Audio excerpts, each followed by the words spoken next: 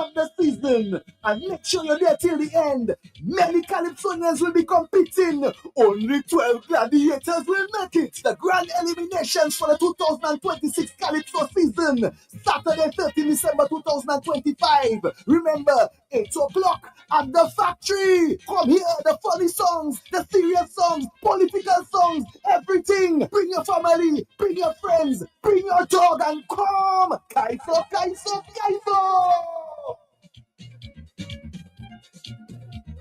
It's officially white potato season in Dominica. To celebrate, Bloombox is giving you the chance to win a 196cc 4-stroke 6.5 horsepower tiller valued at over $3,000. Wow! You heard right. Simply make a purchase of $75 or more between October 13th and December 27th, 2025, and you'll be automatically entered for a chance to win this powerhouse machine to make your next planting season even easier. Winner will be announced on December 29th. Visit us at Bloombox Goodwill and Roseau. Terms and conditions apply. Let's bloom together with Bloombox.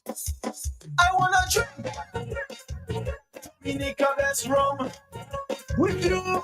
I wanna drink Dominica best rum with you. Get the bubble, drink it every day.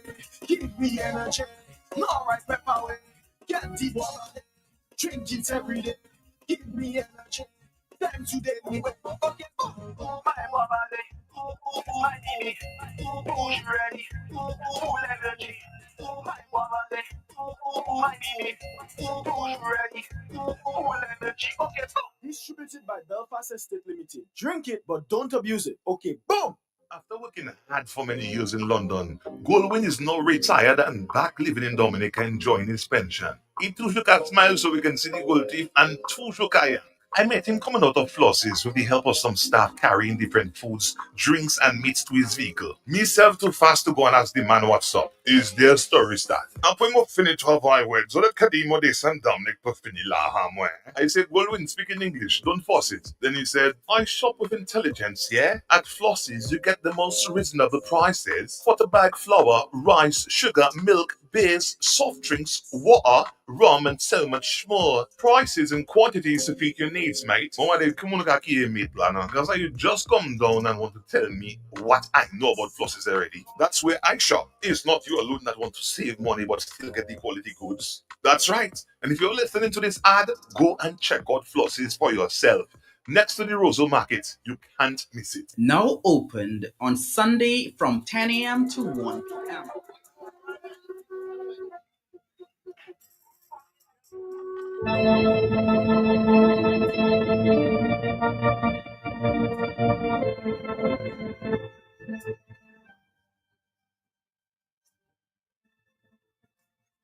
I just want to, of course, as we talk about things on the block, this morning we learned that the queen of Calypso, or Calypso, Ophelia Marie, the Lady of Song, has been invited to perform in a big, very huge, a major Pan-African gathering of women, entrepreneurs, and leaders. So that's really big for Dominica. And see for herself, Burkina Faso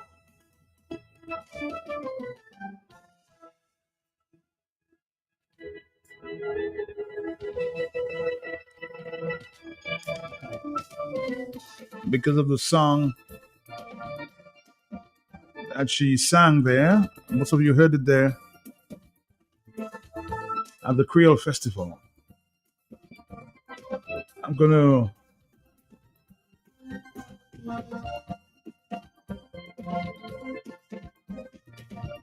play that exclusive interview. Most of you may have, some of you may have heard it before. I thought it appropriate. I caught her as she was about to leave Dominica on her way to Burkina Faso. This much talked about African leader doing waves across the world. Ophelia Oliver Marie. I am on the boat. And okay, you're going to be hearing that announcement, so you know I'm on the boat.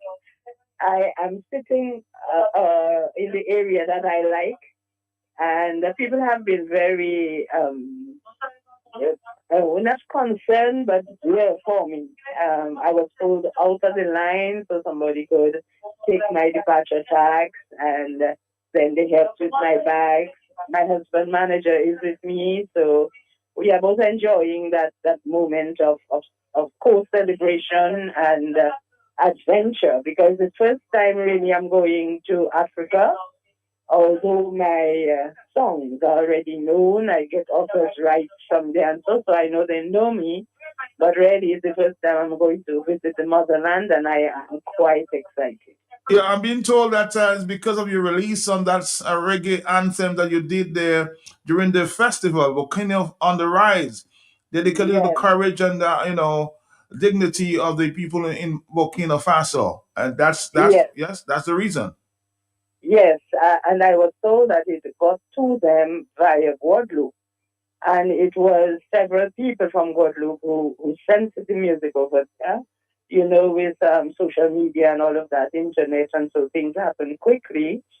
And then I got a WhatsApp from a friend of mine who is a professor, community organizer, a member of CORECA, which is the Comité pour résoudre le créole. It's a committee like Comité pour étude créole, CAC.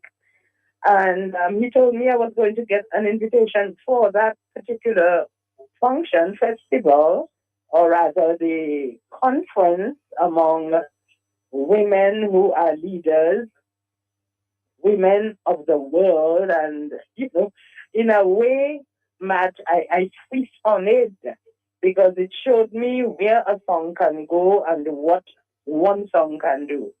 And here I am on the way to Burkina Faso. So how do you feel, Ophelia? What's the feeling that you got when you got an invitation there? Well, I was so excited. I have been saying I'd like to go to Africa. And when I said it this time, it just happened. So it means that it was the time. The Lord saw that was the time. And all of the dots were placed in a line, and it happened.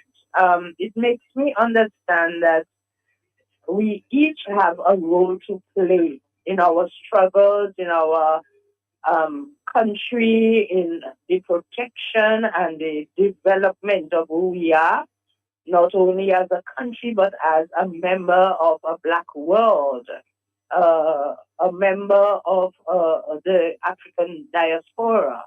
Some people don't like to say that they belong or that they came out of Africa, but there may be many, many layers between us and them over there. But, that is the Black continent. And we, all of us who have that Blackness, have a link with that country. And I'm realizing that I am being given the opportunity to relive what I used to live as a school child or a student in the 70s, where the emphasis was on what is ours, where we come from, and that we should always go research, understand where we come from so that we can know where we are going to. And Mark is the person who wrote the song, and he has a way of knowing what topic to take, like Marché Quartier is this too, Immigration is this too. And these, I think, are the evolutionary songs that I got to present to the world. And I cannot even find the words for the joy that I'm experiencing with this opportunity. When will you get to Africa? I think we get to Africa on the 24th. 23rd. On the 23rd, okay. Yes, the afternoon of the 23rd. So tonight we're going to Paris, and then there's a train ride to Brussels, and then there's a boat ride, a plane ride again to Burkina Faso. But with breaks in between, we can sleep, because I have to make sure that I balance myself so that, I arrive where I have to be when and do the work that I have to do. Again, I want to say congratulations on behalf of the people of Dominica, Ophelia. You deserve Well, it. thank you so much.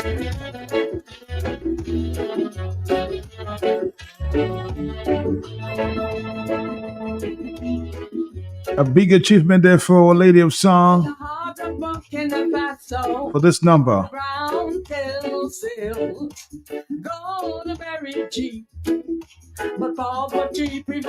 Most of you heard it for the first time at the World Creole Music Festival. A voice for the land, guided by and carrots on yielding hand. Oh, back in rise, see the future. She's expected to perform that song as part of an official program carrying a powerful message of unity between Africa and the Caribbean. On the line with me is his Creole ambassador, Mr. Leroy Wadix Charles. A proud moment for us in Dominica. Wadix, good afternoon to you. How you doing? Good afternoon to myself and good afternoon to the listeners of the Talk on the Block. It's a pleasure to be in your company once again. Well, tell me, what do you think of this achievement there by the Lady of Song? This is a monumental time for us. It's a celebratory. We should be in celebratory mood, and I must say it's a very good achievement. I happen to have known about it for a little while, and I felt that this thing should be really celebrated by the entire Dominican public, because here we're going to be seeing Our Lady of Song, our La Grande Dame de la Chanson Antillaise. She has done so much for Dominica. She was one of the very few to defy the rules of the special tributes that were carried for the French citizens only, the Maracas d'Or. And she actually achieved that she got a main achievement. She defied everything else and continued to play. She defied sickness, defied people saying so many things about her, calling sickness on her, carrying rumors about her, and here it is, she was able to come with her husband and actually pen a sound which resonated with the leadership of Burkina Faso. Very importantly, Matt, like I said in our little roundup, I noticed a flag of Burkina Faso within the World Creole Music Festival, which was very conspicuous. And you never know the link and the connection to this, but this is a major achievement for our music. This is a major time for us to celebrate, and I'm really happy that you are taking the lead in doing so, because it's a really special moment for Dominica and for Dominica's music. And to think that one of Ophelia's dreams was to actually visit the African continent, and it finally became reality, or it's in the making of becoming reality. I think it's a wonderful, wonderful achievement, and one as Dominicans we should celebrate and do like the Haitians who were just crowned into the World Cup, the next World Cup, but celebrate this achievement by Ophelia. All right, and of course, Ophelia was born in Curacao, so that's a double achievement there for the Lady of Song. Thank you very much, Alex. Thank you for your sentiments here. Thank you. The ground sail, Cultural ambassador, singing the praises to Ophelia. Well deserved, huh? Trust and soul, a voice for the land. On our way to Burkina Faso. Oh, back in rise, see the future glow through the channels of colonialism we grow. From the grip of exploiters, we break the chain. An exclusive interview there on her way to this African country to perform at an international forum there. We have to celebrate our heroes, huh? Development spots where despair won't slay. Travel its on, lighting the way. Thomas and Kara whispers his spirit alive. Booking about dreams and to the Lady of Songs, Ophelia Marie. Matt, I am so proud of Ophelia, and I'm proud of myself as a Dominican, Matt, that Ophelia planted a seed at the Creole Festival where she sang about Burkina Faso, and she is now on her way to Burkina Faso. It's like planting a seed and it germinating, blossomed, then the winds took the pollen into Burkina Faso. So here it is that she is gone to Africa to do what she does best. Matt, I love this woman. I love Ophelia Marie, that lady of songs. God bless her, Matt. But Matt, this morning I was listening to Anil Roberts, and he could not have said it better. He could not have given the criticisms in a more accurate fashion, because it is what it is, Matt. Because you cannot tell me that these politicians, these corrupt politicians in the Caribbean, when they should be setting examples and making way for new leaders, they feel it is okay after 20 and 25 years to impose themselves as dictators on their citizens. Matt, I'm seeing Ralph Gonsalves, Matt. After 20, 25 years, what does this man tell me he wants to do as a leader? I'm seeing this man shaking everything that is loose on him, including his belly, Matt, like it's ready to fall out. To say what? To say he is campaigning for a sixth term? Man, this man got to be out of his mind. What he wants to do, piss on the chair or die in the chair of the prime minister? So you mean there's no other politician in St. Vincent who can take up the prime ministership of the country? But Matt, Anil Roberts is right, because recently I was in Dominica and I went into Jolly's, and they're plastered on the newspapers at the counter was the same Ralph Gonsalves telling Dominicans how good Roosevelt's carrot is for them.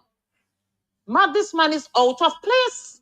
And he should have gotten a rude awakening, Matt. He should have.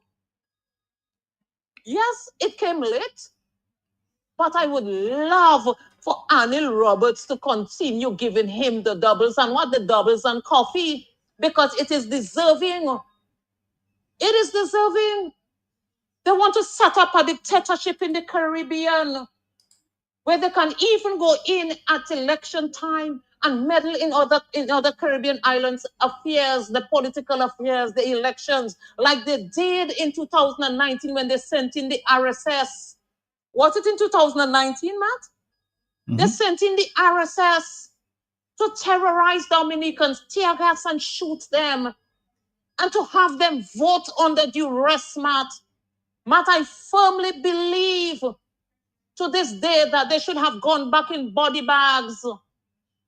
Because this is I don't know which part of the Constitution, Matt, that will tell me that the people have to vote under duress. Dominicans were just protecting their democracy. They were just preserving their vote. They just wanted free and fair elections. And that is what the RSS did to them. And this man talking about meddling, and we're talking about CARICOM. CARICOM is a corrupt club that should dissolve, because that's what they do. They keep other corrupt governments in office. It's a bunch of ilks. They're not working for peaceful zone in the Caribbean. No, they're not. Suddenly they're concerned about peaceful zone, Caribbean peaceful zone. But when this Maduro refuse He refused to step out because he had clearly lost the elections. How many of them told Maduro that you had lost the elections? You lost 3/4 of the vote, and you should not impose yourself as a dictator on these people. Now they are singing a song of peace in the Caribbean, peaceful zone. Peaceful zone in the Caribbean when RSS is promoting and supporting through the corrupt leaders negative peace. Negative peace is not peace, Matt. We are not a peaceful zone because they have found a way to impose dictatorship on the Caribbean citizens by using the RSS to do so and to support each other in that kind of disrespect for citizens. I saw in Dominica where this man, the same Ralph Gonsalves, was plastered all over the newspapers. He came to Dominica and tell Dominicans that Roosevelt Skerrit is the best thing for them. By Matt, Dominica needs a few Anil Roberts to shame those politicians. Didn't you see this one from Portsmouth, Ian Douglas? Like an aged frozen toad on a platter, telling the people how good the government is for them when he sat there in Portsmouth and everything that was legitimate in Portsmouth, it was dissolved under Ian Douglas, including every form of legitimate income. It was dismantled under this man. What did Ian Douglas accomplish for Portsmouth? For this man to be telling people internationally what is good for them. Ian does not even look like he knows what is good for himself. These people should be ashamed. This CARICOM old boys club of corruption, it needs to be dismantled because they serve no purpose other than corruption and building up dictatorships and recolonizing the citizens of the Caribbean. Thank you, Matt. Those of you who missed Anil Roberts, Senator there in housing and under the UNC, spoke to yours truly in an exclusive interview this morning. Speaking of accusations made by Mr. Ralph Gonsalves, the UNC was interfering in the political campaign in St. Vincent and the Grenadines. Mr. Gonsalves, just a question. Aren't you doing the same? What was Mr. Ian Douglas doing in St. Vincent? Let's listen to Anil for the next few minutes, and of course, we'll come back to discuss. Stick around. Try to stay in Malene here in Trinidad and Tobago, but I don't understand. They have some politicians in the Eastern Caribbean who don't understand to stay in their lane. Let me take it again from the top. Do their politics, but they, your boy is trying to stay in Malene here in Trinidad and Tobago, but I don't understand. They have some politicians in the Eastern Caribbean who don't understand to stay in their lane, in their zone, do their politics, but they like to lie. It first happened with Roosevelt Skerrit, your prime minister over there, in 2023 in August. When he came to a CARICOM crime summit here in Trinidad and Tobago, hosted by Keith Christopher Rowley, the then PNM prime minister, who since then has been decimated at the polls with him and his mini-me Stuart Smallpin Young getting a licking on April 28th. Roosevelt Skerrit came to Trinidad and tried to tell us while we had an election going on, local government, that Rowley is a great man and he's misunderstood and he's a nicer man than we know. We didn't ask him. He was fast and out of place. Then when the media asked Roosevelt Skerrit about a critical issue that had taken place in the Caribbean at that time, a citizen of Trinidad and Tobago, Brent Thomas, had been kidnapped out of his hotel in Barbados that he paid for by Trinidad and Tobago police and Barbados Constabulary, who landed, the Trinidad and Tobago police landed on the tarmac of Barbados on a CARICOM Impax jet without paperwork, without extradition, without warrant, without any charges of the man. He was dragged out of his hotel, kept in captivity in a cage like a dog for 12 hours, no food, no water, and then he was summarily returned to Trinidad and Tobago. A judge on hearing and all the submissions and evidence said that that was akin to a kidnapping. When Roosevelt Skerritt was in Trinidad and Tobago, he was asked about that situation. How could CARICOM's plane, how could CARICOM Impax jet be used and so on? And he put God out his thoughts and attacked Kamla Persad-Bissessar and the UNC, saying that that was just opposition mischief and so on. Well, once he did that, I jump into the fray, because you don't attack my leader and you don't attack my leader of the opposition then, and in this case, my prime minister, just so and get away with it. This is political warfare, and we fight for truth, respect, and sovereignty. So Roosevelt Skerritt was far and out of place. I nicknamed him the star boy of stupidity, which he remains today. Now we see another wannabe old star, a rusty star general, who came to Trinidad and Tobago with his friend Keith Rowley and the PNM. And the information we just got into government, we saw it, we won on April 28th. I became a minister probably June 5th or so, and we now getting information.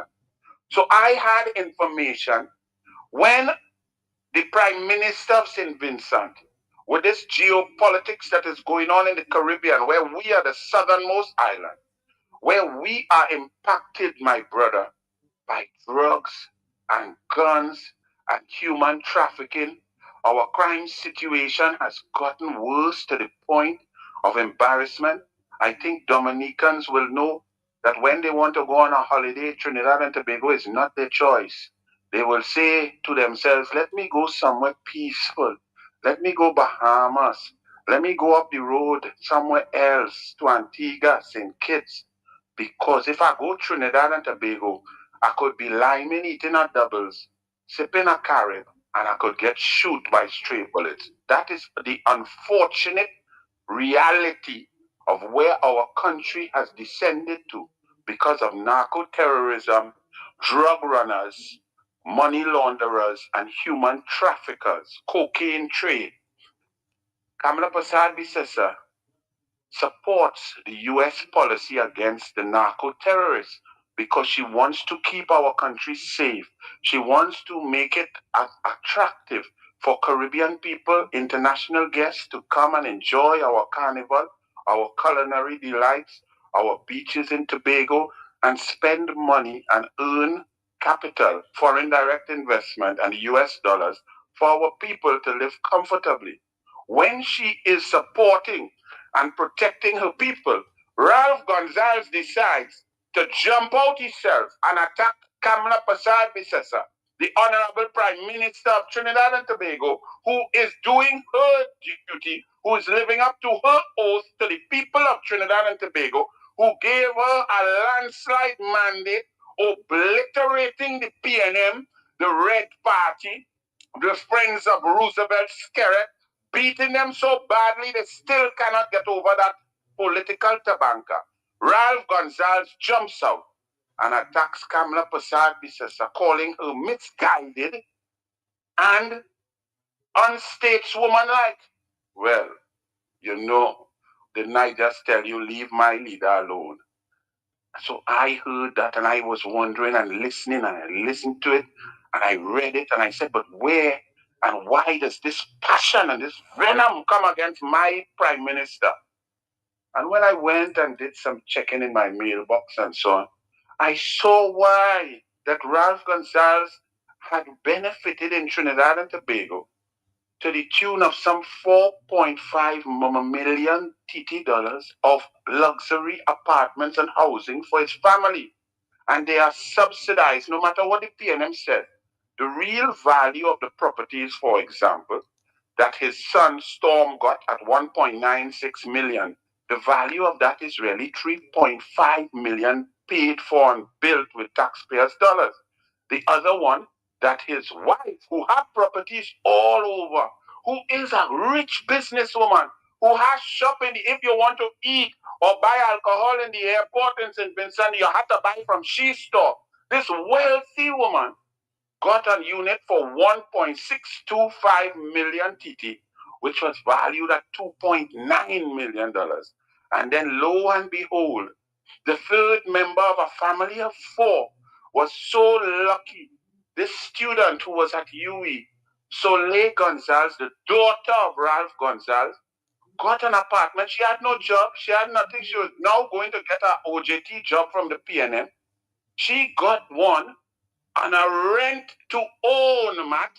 Rent to own at 2,750 TT for 5 years. And then after the loss of the election, we have seen that they renewed it for another 5. So 10 years renting a luxury gated apartment for 2,750 T. For the people of Dominica, let me tell you something.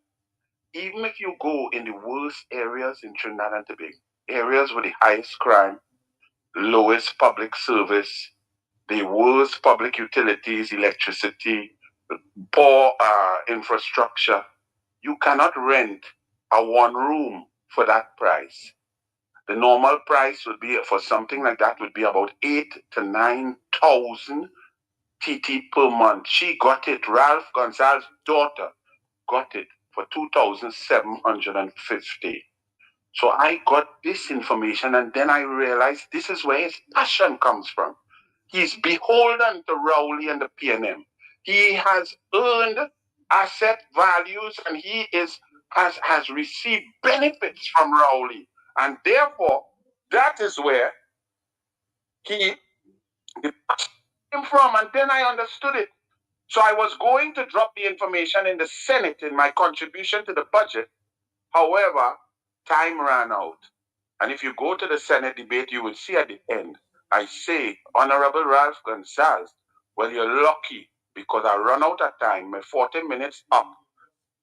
And I will deal with you on doubles and coffee, which I did. Ralph Gonzalez, in his response now, decides, like Keith Rowley, to blatantly lie. So it's not a war of words.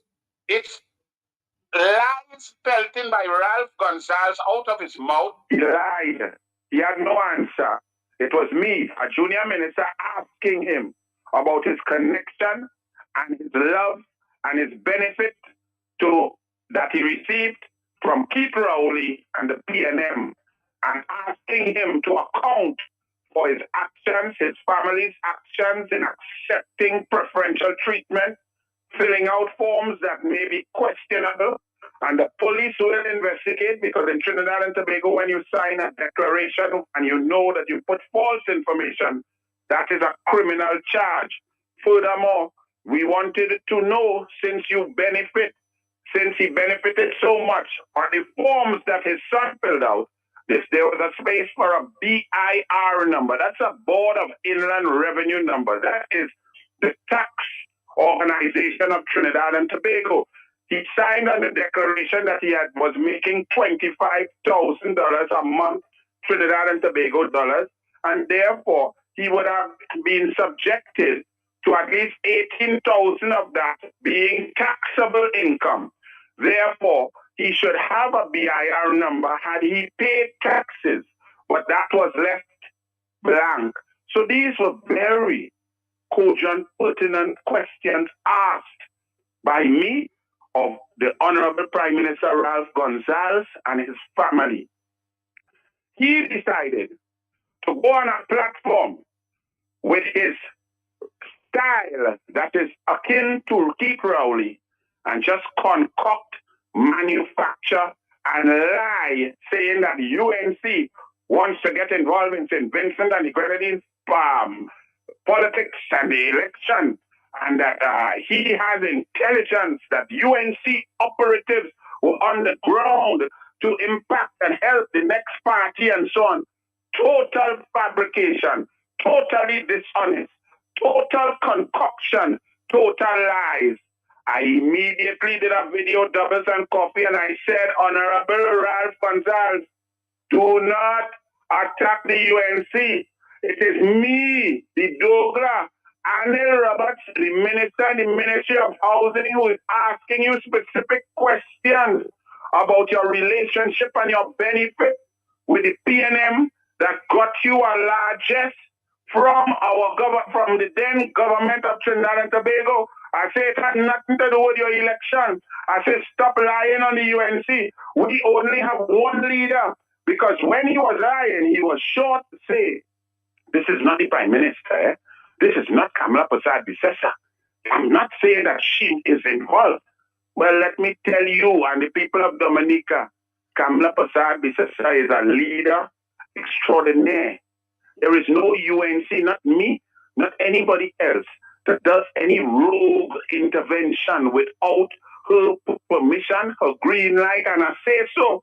So if there was any intervention in any election there, she would have known and she would have deployed her assets. She did no such thing. So now this morning, Ralph Gonsalves has to wake up to the Prime Minister of the Republic of Trinidad and Tobago, the Honorable Kamla Persad-Bissessar, saying to the Honorable Ralph Gonsalves, stop it, stop your lies, stop your concoction. No one of my party, nobody, no supporter is on the ground getting involved in your election. The election is for the people of St. Vincent and the Grenadines to decide their future, their leaders, which way they want to go and what direction. So Ralph Gonsalves running to a hard slap from the #1 Prime Minister in the CARICOM now, Kamla Persad-Bissessar, who was just awarded the leader of the CARICOM award by the population and the diaspora.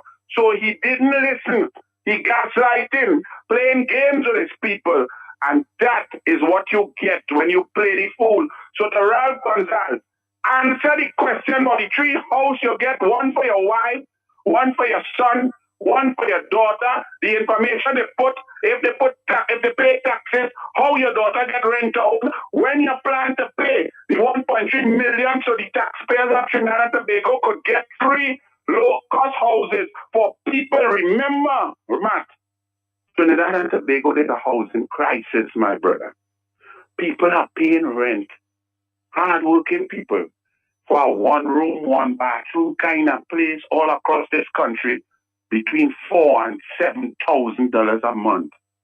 We in the Ministry of Housing need to scrape every cent and start a massive construction drive so that our citizens can have a place to call home, that their children could study without rain wetting them, that the landlords cannot abuse them. And when we see that the PNM use resources to give a rich family richer thing, that is wrong. Because Rowley wanted the rich to get richer. Kamla Persad-Bissessar is about the resources of the government being used to help those most in need. And that is the issue. There is no UNC intervention in any election in St. Vincent. I see that there's Dominican parliamentarians over there on the platform. I see there are Barbados Labour Party people landing in the airport and pictures. There are no UNC. There is Anil Roberts asking Ralph Gonsalves about 3 high-end luxury apartments built with taxpayers' money that he and his family benefited from. Answer, Ralph. But again, Anil, I'm hearing from your Prime Minister that it's only a matter of time before CARICOM implodes, warning against regional prime ministers coverting around the region and interfering in affairs and elections of member states. What's your take on that? Well, Dominica knows it better than anybody, my brother. Because when the Dominicans were fighting for democracy, fighting for equality and opportunity, the CARICOM army, the CARICOM police came into Dominica and brutalized citizens, beat them. What was the name of that village that it escapes me right now? Salisbury. Yes. Correct. So you know it. We know it from the Brent Thomas case. And now we see it, that it's a old boys club, that they play games with politics and friendships and get involved when it should be the remit of the citizens of each country. So Dominicans know it better than us. We are now getting a taste. But let me tell you something.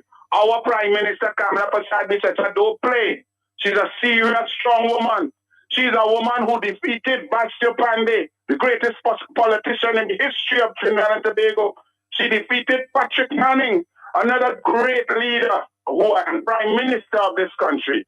She defeated Keith Christopher Rowley, and she defeated the useless, hapless Stuart Smallpin Young. She's defeated all comers because she is brilliant, she's intelligent, she is heartfelt, she loves her people, and her policies are about those most in need. Well, I'm hearing though that your prime minister is somewhat a lot of criticism saying that she has abandoned CARICOM. She's not abandoned CARICOM. CARICOM attacking her. She's protecting her country. CARICOM is fast and out of place. The friends who are now helping Ralph Gonzalez, fast and out of place. Trinidad and Tobago has 622 murders. Matt, do you understand what that is? I understand, yes. 622 murders in a little tiny country where blood flowing on the streets. If you go out and you sit down to have a meal, Matt, you could get a stray bullet and dead. This is not funny. Kamala Persad-Bissessar has said she is going to make our country safe again. We do not manufacture guns. We do not manufacture bullets. But yet every young little boy who don't have an opportunity or not brought up properly have a gun shooting it wild all over the place. Since Kamala Persad-Bissessar has come in 6 months, the murder rate is down 46%. We are not excited. We are not celebrating that. We want it down 80%. We want it down where Trinidad and Tobago could return to the days of beautiful calypso, women, carnival, and peace and love. Could bring back the church, bring back spirituality. So Kamala Persad-Bissessar is doing her work.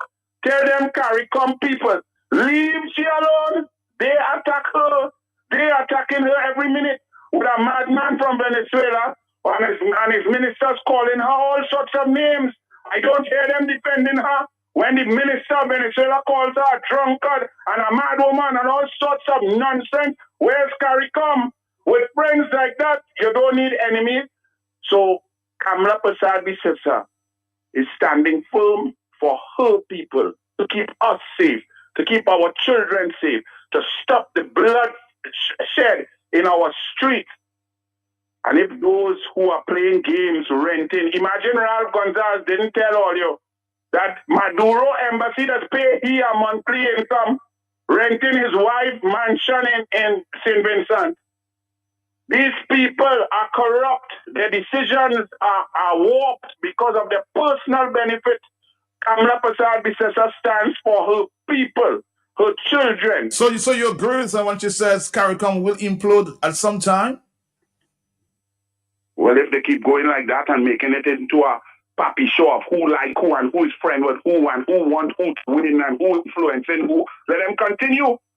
The people will reject anything that is not about the people. And if CARICOM is about an old boys club and an old girls club and Skerek friend is this one and that one, then the people will reject it. You know that, Matt? Oh boy, somebody's saying, what about Trinidad's position right now in terms of the invasion of Venezuela? Your prime minister agree, your government agrees about the invasion there? There's no invasion of Venezuela. Trinidad and Tobago, my prime minister has been pellucid. We support the USA's fight against narco-terrorism, drug cartels, drug transshipment, gun running, and human trafficking. The Prime Minister has stated that on 25 occasions. If stick break in people's ears, then I can't help them. Prime Minister Kamala Persad-Bissessar is against the drug runners and the gun runners that are killing her people and her citizens' blood in the street through that 7 miles of the Gulf of Paria. What the USA and Venezuela have, that is them business. That is not her business. Her business is Trinidad and Tobago's safety. She stands firm against drugs, cocaine, drug runners, gun runners, human traffickers, and those who are putting guns and bullets into the hands of her children of Trinidad and Tobago. Mr. Anil Roberts, again, thank you very much. As always willing to share a conversation there. Thank you, sir. Thank you. Thank you. God bless. And tell your boy, Starboy of Stupidity, don't jump in with thing again because I was right here waiting. God bless. God bless you. Yes, Anil Roberts, Senator Anil Roberts of the UNC. Following discussions there, comments as it relates to CARICOM leaders being told by his Prime Minister not to interfere or meddle in the internal affairs of member states.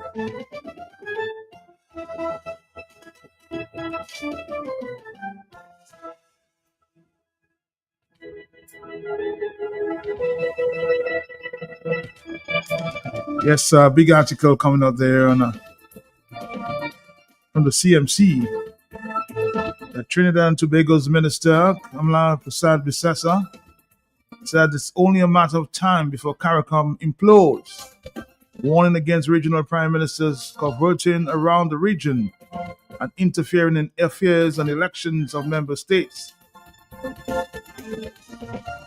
She remarked in response to what she said has been a call by the media to respond to Ralph Gonzalez, claiming that the UNC operatives are involved in the St. Vincent and the Grenadines general elections.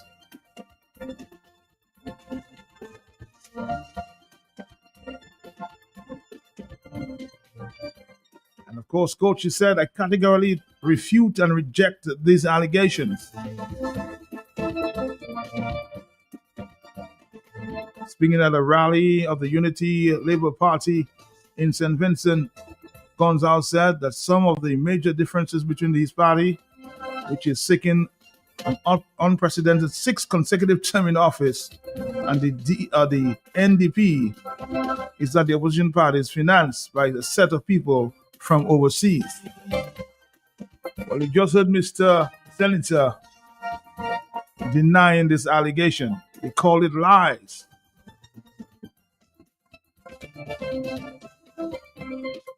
Gonzalez said the latest set of financiers ruling from the UNC party in Trinidad, meaning the party of Bissessa, they are now on the ground actively supporting the NDP, and all attempts to scare me and my family have been unsuccessful.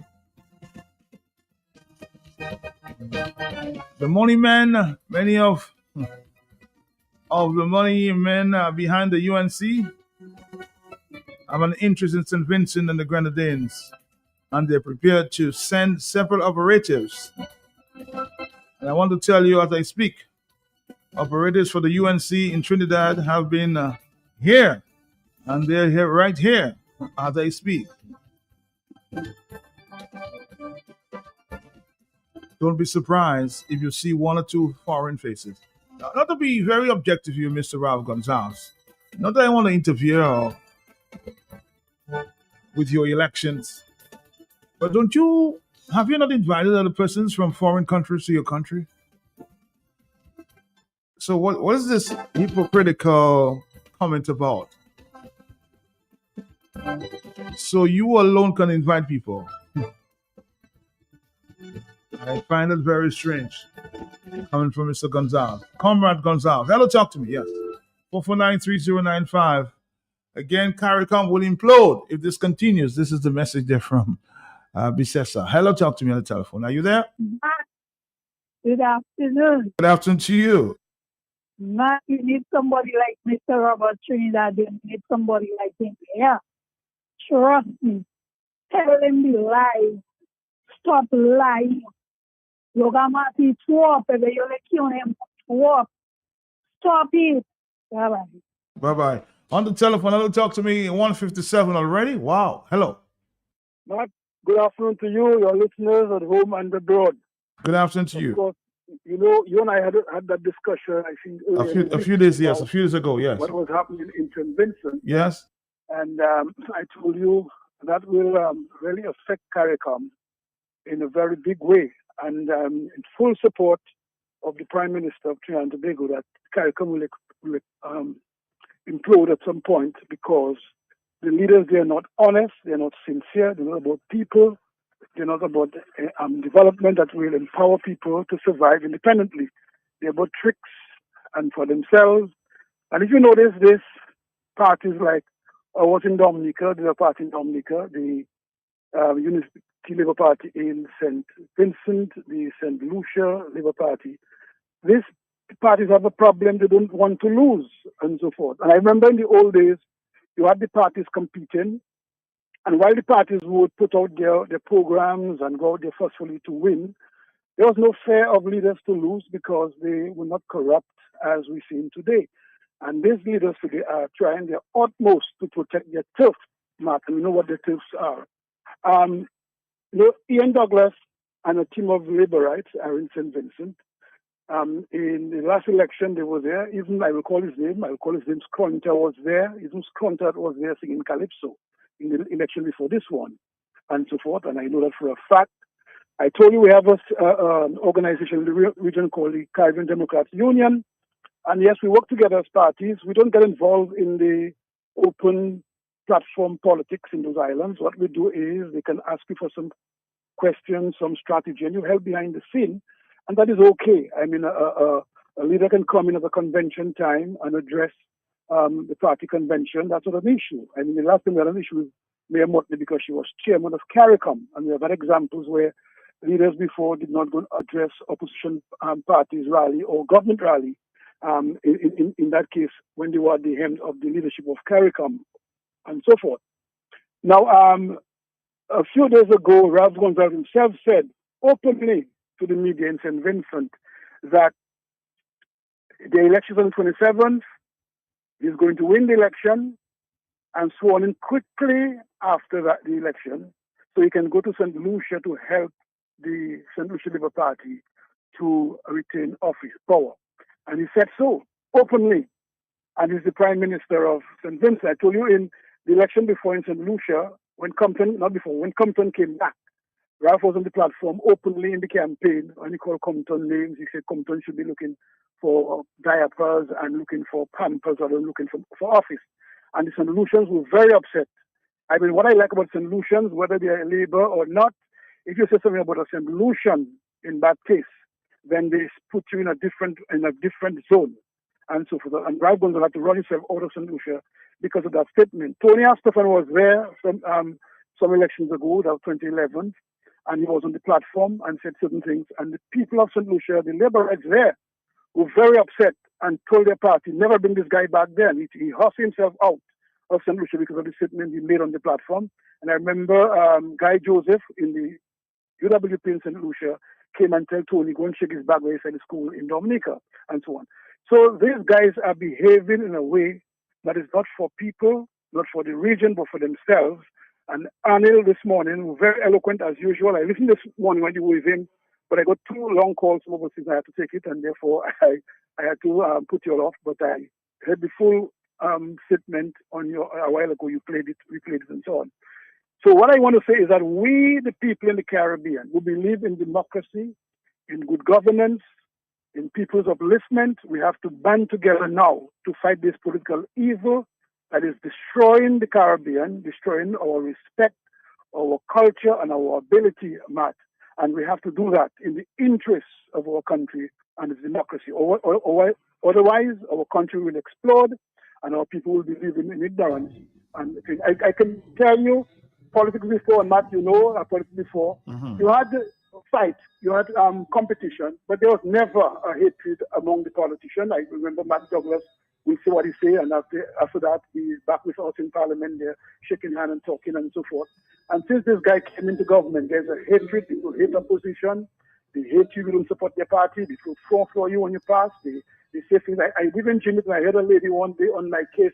I go in my home and hear her shouting my name after the matter we had on the 19th of March in Roseville there. So that's how it comes in Dominica. And unless we can band together as good people, our region go to the dogs. And of course, as the Prime Minister of Trinidad said, CARICOM will really become a mess. Thank you so much. Thank you. Thank you. Good morning, my very good friend. I've Yes. been listening to you.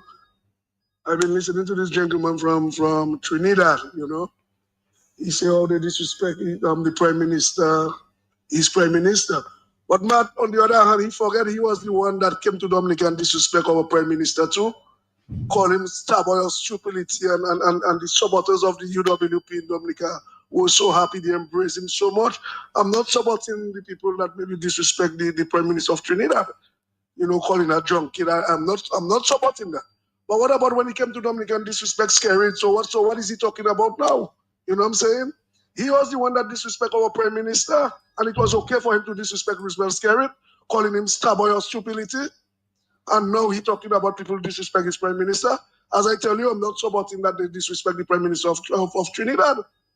But he disrespect our Prime Minister too. So what is he talking about? Have a blessed morning, my brother. Well, I sent that voice note to Anil.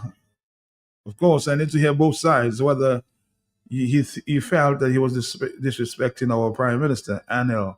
Let me see if I can get Anil and his response there. Let's see. Anil Roberts, I think, yes, I think I think so. Yes, that was Anil's response to this caller from St. Thomas. This one. Yes, I came to Dominica after Skerrit came to Trinidad and drew first blood. Skerrit came to Trinidad and attacked our leader and our party, the opposition UNC, on our soil. So tell the gentleman I responded. I did not start the fight. It was started by Roosevelt Skerrit. So, Owen, you got a response, huh?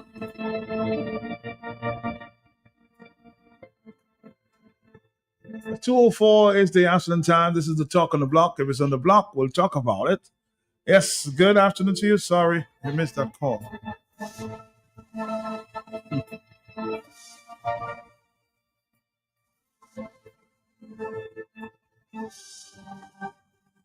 I'm not always successful, trying to strike the balance here.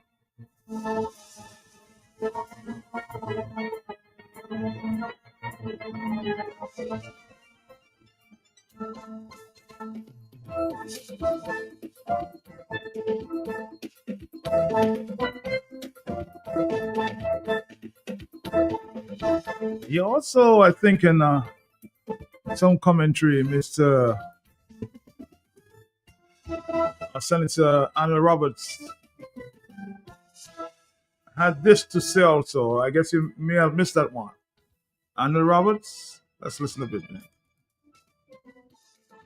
Doubles and coffee. The Honorable Ralph Gonzalez. I try to warn you. I try to tell you, don't go down the road of keep Christopher Rowley and the PNM, of pathological lies in an election. I told you, I tell you, stop it. But you went back on the platform again to talk about United National Congress from Trinidad and Tobago operatives being on the ground and so on and so forth. And they want to come into your election to turn it in a way so they could get land. And I told you, you're lying. Ralph Gonzalez, I told you, when you lie, you just do so. That you was lying. That when you said UNC operatives come in, that you have intelligence, that they come in. When you were doing that, and the Douglas didn't tell you, stop it. Well, look what you did now. You try to lie and take the #1 Prime Minister in the CARICOM right now, the lady who has won the hearts and minds of Caribbean people across the diaspora, Kamla Persad-Bissessar, now had to put you in your place. Because Ralph, you're a prime minister, and when I'm a prime minister, talk people that take them serious, even though they're pathological and they just lie like Keith Rowley, your good friend. So members of the media call the Honorable Prime Minister of Trinidad and Tobago to ask her about if any operatives of the UNC are involved in the election on the ground of St. Vincent and the Grenadines. And she said a categorical no. Exactly what I told you, that she is the general of the UNC. And if you try to say, well, not the prime minister of the UNC, not Kamla Persad-Bissessar, but UNC, you start wrong. Because the UNC is a disciplined party with one general, one leader, no rogue elements to go and do nothing, especially something so critical as going on the ground to assist some other party to help in a sovereign nation's election. Kamla Persad-Bissessar is not of that. She's a woman of class, a prime minister of class, a diplomat. She understands foreign policy and relations. She understands CARICOM. Even though CARICOM attacks her for trying to protect her people, she is a Caribbean woman and a Caribbean leader. So now you forced her to correct the record and make you look like an imbecile, that you're just concocting and talking nonsense about UNC operatives on the ground, that you get intelligence. Anything from Rowley could not be intelligent anyway. Rowley is a blithering dunce, and you are going down the same pathway of Rowley because stick break in your ears. So Kamla Persad-Bissessar, the Prime Minister of Trinidad and Tobago, in response to questions from reporters based on what you said on the platform twice. The first time you said it, I did a double sound copy. I said, Ralph, stop it. Stop the lying. Stop the nonsense. UNC is not involved in any election in St. Vincent and the Grenadines. I told you I am the only UNC who asked you any question, and the questions were simple. How you get preferential treatment for 3 high-end luxury housing units from the Housing Development Corporation of Trinidad and Tobago. And it was the information your son put on the form correct. Where was it and what is his BIR number? How much taxes did he pay in Trinidad and Tobago while operating as the CEO of Go Get Ya? How much tax he paid? Does he have a BIR number? When your daughter was a student, how was she able to get a luxury open market property on rent to own? Do you know at least 75 citizens in the last 10 days have called me, found my phone, or messaged me on Messenger to ask if that rent to own thing exists, because they want to take it, they want to get it. If they could get an opportunity to live in a gated community, high-end property with a whole highway coming straight up to the gate, they want to pay $2,750 per month for 10 years and then get the opportunity to buy it for $1.3 million. Citizens all over this country want that sweetheart deal, Ralph. I asked you simply pay the country the money because we need the money. Yes, you called our money monopoly money, you disrespectful, Ralph.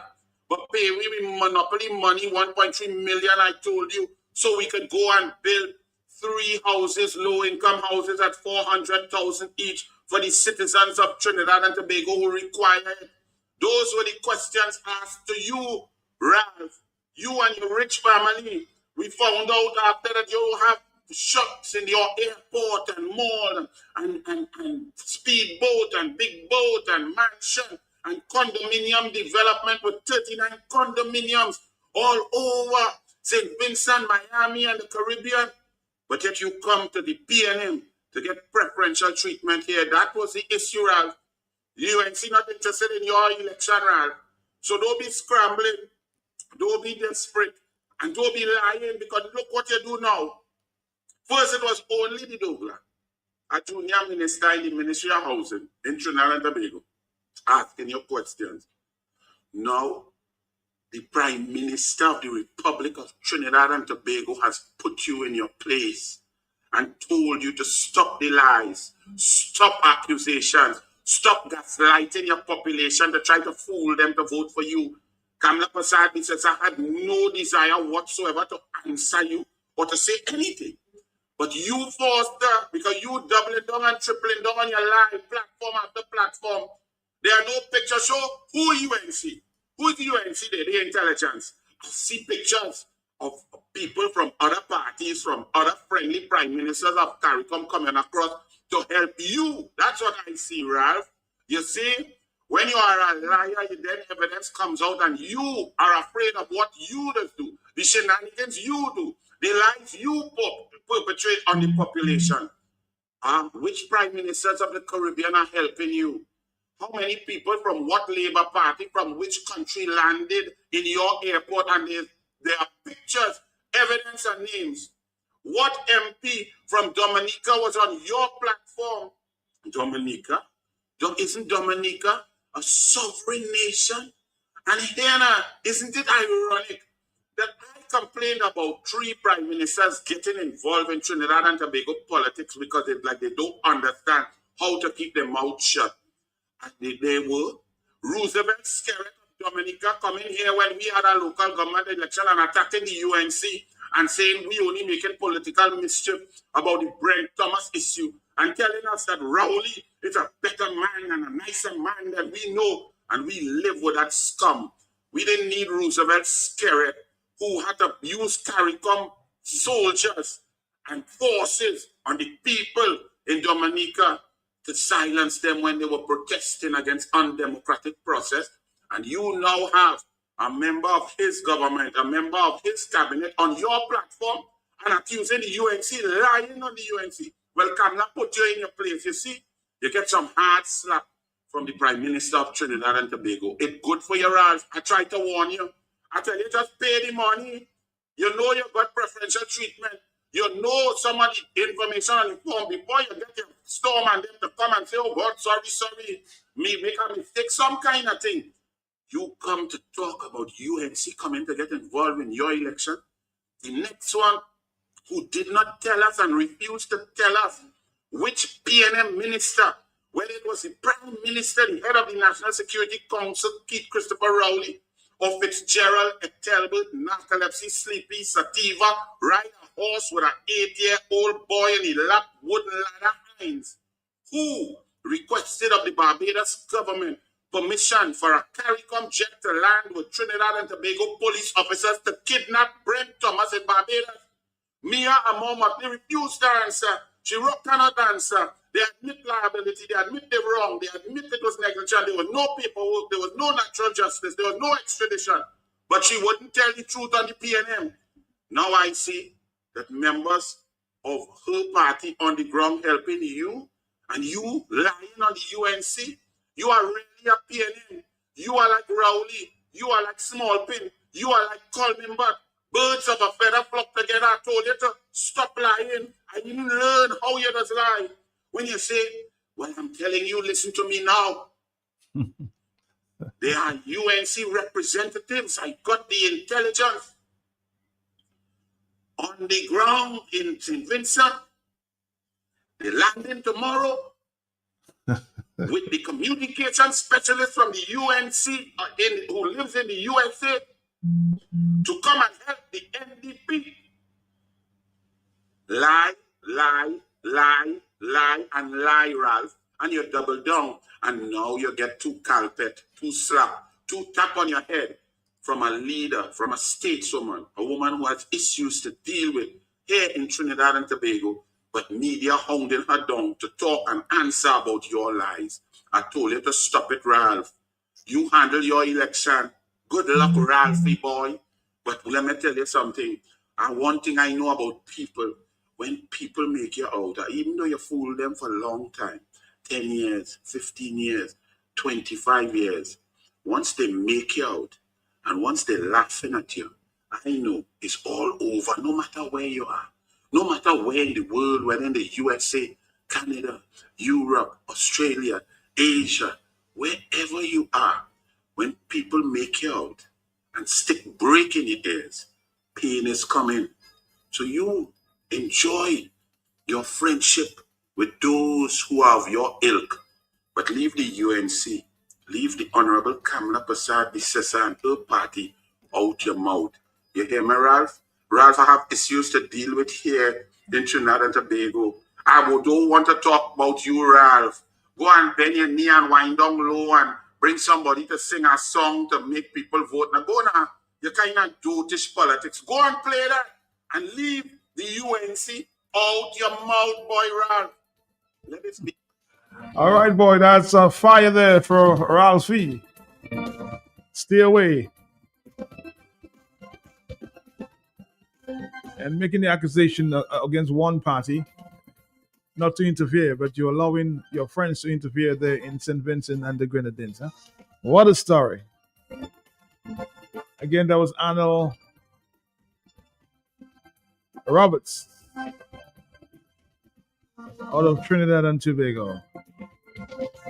Second salvo there. So take your phone calls. We have a stop coming up. At a 2:45, we'll take your phone calls. Hello, talk to me. What? Good afternoon, Talk on the block. Hello, talk to me. Yes. Yes, good afternoon. Good afternoon. That caller that keeps saying that Anil is insulting Roosevelt Skerrit. But wait a minute now. How many times has Roosevelt Skerrit insulted the opposition here? You remember he had a conference schedule, the last of the conferences that took 10 years or whatever before they had another one. He called the opposition these bastards.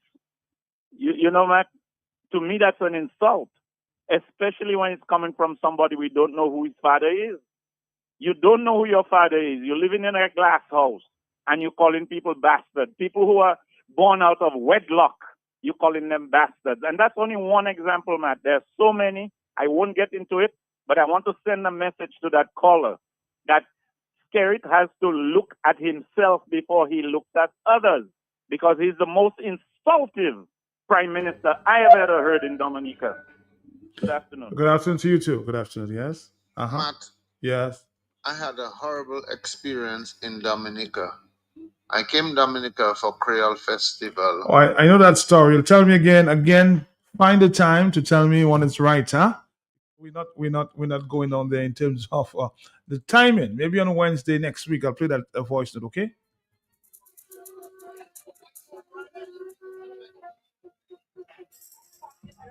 On the telephone is 219. Yes.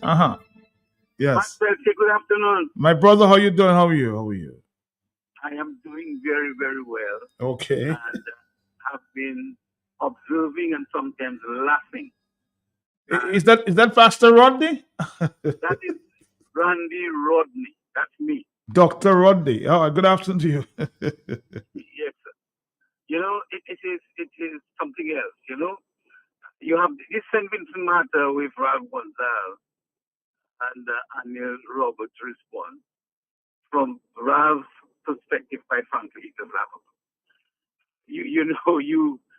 You went ahead and make statements about the Prime Minister of Trinidad and Tobago because you feel that you are Ralph Gonzalez. She didn't answer you. Junior Minister in Housing answered you. And no doubt, Anil Roberts answered Ralph Gonzalez because he is the Junior Minister in the Minister of Housing matters. So he has just become that minister, yes, but the information is right before him. Some of these leaders do not know when to shut up, if you ask me. So Anil makes that statement. If I was in Ralph Gonzalez's place, I ain't saying a word, not a single word, because the more you speak is the more you sink. The more you wriggle is the more you sink. Right? The facts are before you. Just leave that alone. When these people, these prime ministers in Carriacon, get to be at that place where they feel that the position of prime minister was gifted to them by their grandmother or their nenen. They just feel that they can tell anybody what they want when they want. And Mr. Skerrit is no different. I heard the gentleman, I don't know who it is, I don't know the name of the guy, you talk about him all the time, and say that Anil Roberts insult Roosevelt Skerrit. If you ask me, he didn't. Roosevelt Skerritt, if you listen to that press conference, but I don't know if you did listen to it in Trinidad, Roosevelt Skerritt really made himself look, less than educated, if I put it that way, so that this guy don't think I'm insulting my prime minister. He made himself look less than smart because the facts were there, yet in order for you to make your friends look good, you say that the opposition, a lot of it were forming a fool. They didn't know what they were about. It was just a political nonsense, which is what Mr. Skerritt does in Dominica all of the time. And not very many of us have the gall or the balls, if you like, to say to him, no, sir, you lied. That is wrong. Anil Roberts had the courage, even as an opposition parliamentarian, to tell Roosevelt Skerritt that what he said was untrue. Now, nobody has come to say that Anil Roberts was wrong. Not even Mia Mottley. Because he also implicated Mia Mottley in this whole saga with the impacts plane and everything else. None of them said a word, right? Because they know what the truth is. There was a judgment in that regard. And Mr. Skerritt maybe didn't know or just felt that he could say what he wants as usual, and he is Roosevelt Skerritt. Maybe four-star general, like Gonzalez. These politicians, the Caribbean people have to wake up and tell these politicians enough is enough and pack up and go. Because this is not some honesty your father left for you that you own, right? So both Gonzalez, for example, and Mr. Skerritt says that there are power-hungry people outside. They're looking for power. But you have it for 20 years and 25 years. In Gonzalez's case, I think it's 26 years. And you mean you call it somebody else hungry for power? Of course they have to be hungry for power. Because you hold it for yourself. You take the whole bone, you take the dog, you take the rope, you take everything for yourself. So much you're hungry for the power. And you don't want anybody else to get a bite of it as though it is yours. I mean, it is time that we Caribbean people rise up. And these are the guys who just jump on something and shoot. What about the position there by the Trinidadian Prime Minister that you think CARICOM might implode given what is happening around the Caribbean? But when the Caribbean people begin to see what is really happening, CARICOM will implode. Because once the boys' club begins to be amplified a little bit more than it is now, right, it will implode. If Dominicans, those of us in this lovely Commonwealth, right, had half, if 100 of us had half the guts of Anil Roberts, guess what? We would have done something about the RSS that Roosevelt Skerritt got to come on our backs and shoot people and tear gas people not once but twice. Right? We would have done something about it. How did he get that to happen? Is a question that will be answered one of those days. Because my understanding, Matt, is that there is a procedure to get the RSS into a participating country. You can't just pick up your phone and say, I have some opposition people that are messing me up, they're in the RSS. There's a procedure in place for that. And one of those days, just like Anil Roberts could uncover the whole thing with the housing situation in Trinidad with Ralph Gonzalez, one of those days, somebody is going to pick up that file and say, that is what really happened. Somebody called to say, look, I have to win this election there, and I need the RSS to shut these fellas up. Maybe that's what the call was. Is there some documentation? Was there a proper request? Was due process carried out for that to happen? Was there a situation in Dominica that merited the RSS? Right? So when you look at it, it will cause CARICOM to improve, because once the structures of an organization like CARICOM begin to fall apart, because the people within it think that is their own kitchen and they can cook when they want and do what they want, it is going to implode. And one of the things I've said many times before is CARICOM has proven that it is a boys' club, right, that don't care two hoots about the people. They care about their own benefits as leaders and the longevity of them staying in office. That's what it seems to be about nothing but that. Mark, what happened to Haiti? What has CARICOM done? When there were issues with the election in Guyana, CARICOM stayed outside and back outside a gate for some time, did nothing about it. What about the elections in Venezuela? Because those who were in bed with Maduro said nothing. The others, because their partners said nothing, they said nothing as well. The issue of guns and crime in the region is not a yesterday issue. It's not a yesterday issue. It's an issue that has been existing now for at least 2 decades. At least 2 decades it's existing. If you follow the records, as the police, as the joint police of this region, they will tell you that the value of drugs that is being transshipped south to north in the Caribbean is more than most of the island's GDP or budget put together. Right? Now, when you think about that, okay, look at 50 to 52 million that Mr. Corbett boasted that they burnt 46 million. Of cocaine. Yeah, of cocaine, I Right? think around that. Yeah, it's 51, 40, 52. You're right. No. Let us suppose, Matt, that was a rail shipment. I don't know about what Mr. Corbett saying, because if you get that amount, that value of cocaine on the seas without somebody with it, somebody guarding it, somebody don't shoot you back or send a stone behind you, something is there are some questions to be answered as far as that's concerned. But let's keep that aside. Think about it.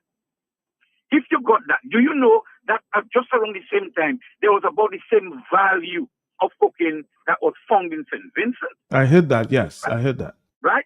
Okay, put that together, that's about $100 million like that.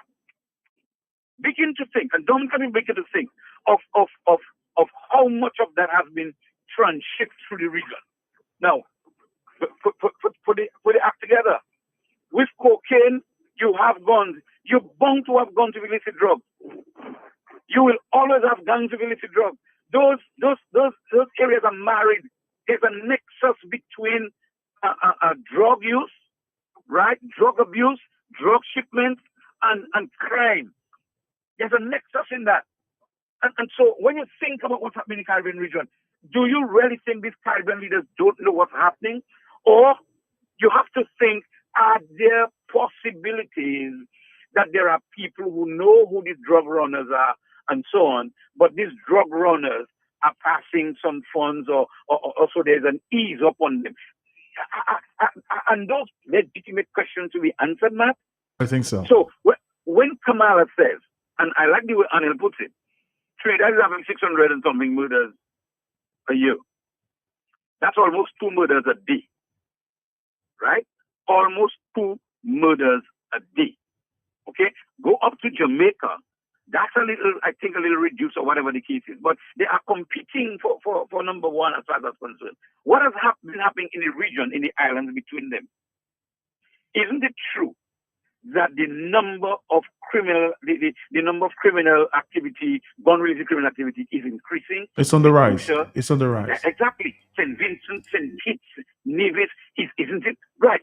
So if you are not complicit in allowing that to happen through your waters in your territory, you will do something about it. Now, if you don't have the capacity and you have the U.S. that's willing to help you do something about it, won't you be willing to do something about it? Oh. Back up a little bit, Matt. Isn't it true that the U.S. was funding the war against drugs in the Caribbean through the police forces in the Caribbean at one point? Yep. So Kamala has done nothing wrong about the country. So for Ralph to say that about and any other leader, for me, it's irresponsible, and it thinks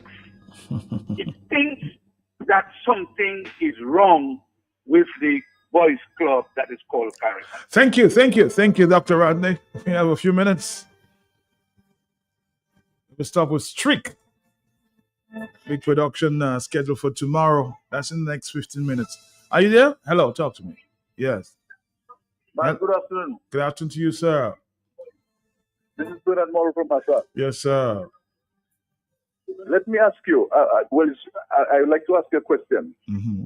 Where is the headquarters of ALBA? Of ALBA? Yes, ALBA. I think I think Venezuela. I think maybe Venezuela. Right. Mm-hmm. Where's the headquarters of the RSS? RSS. I think the last was in Barbados. All right. I would like Maduro to make a demand that Alba participate in that. You've been saying that for the whole week. You're very serious about that, huh? I am very, very, very serious about it because I want a few of them that arrest us in that protest with big guns. Because James and some three other police arrest me with some big guns. I want them to go and use that big gun. I want them to use that big gun in Venezuela. I want them to use that big gun in Venezuela. All right, my brother. All right, hello, talk to me. You know, I was asking a police officer, do you want to go to Venezuela? Just yesterday. Said, me. 449-309-59697. Maybe we should ask all hands who want to go to Venezuela, please volunteer. We'll see how many hands are raised. Hello, talk to me on the telephone, yes? It's Police Week. Are you there, caller? Are you there, yes? Yes, I am.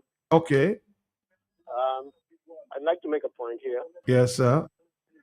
and it has to do with the implosion of the CARICOM.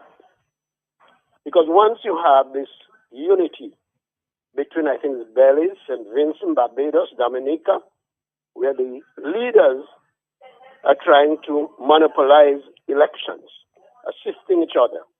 What happens when a non-Labour party is in power and you have another prime minister from another party? What happens? And that is where the implosion is going to come in. Because there's preference, then you would have the guy in power supporting the guy that's not in power on the other island and working hard to get him back in. And because of that, other institutions like the CCG and other institutions of the CARICOM are all compromised. And we are seeing what is happening. Look at the length of time one prime minister sits here. He sits in St. Vincent, 20-odd years, and still not satisfied, still not wanting to have free and fair elections. Where are we going? Our people need to open their eyes and get involved and organize and make sure we have.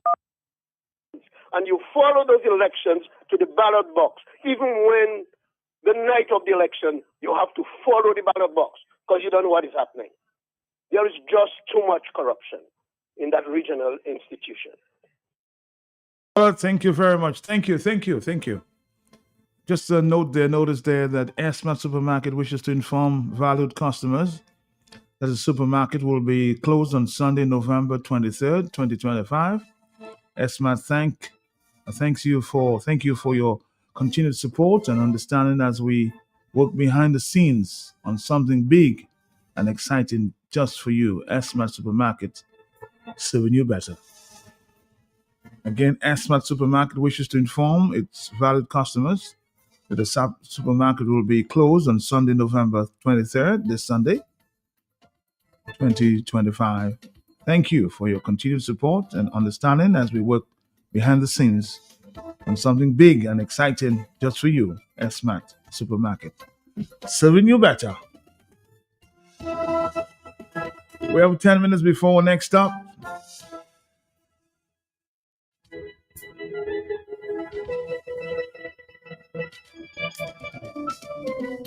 Somebody suggesting that Mr. Rav Gonzalez, if he wins, he might hand it over to his son.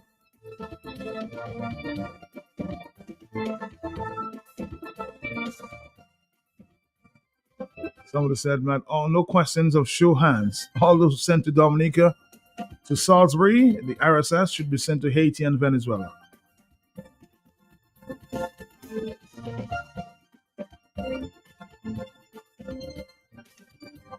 Somebody says the leaders are gambling with the lives of the Caribbean people. They're like piranhas, eating through region's peace, but they talk about region of peace, huh? Are you really serious about that?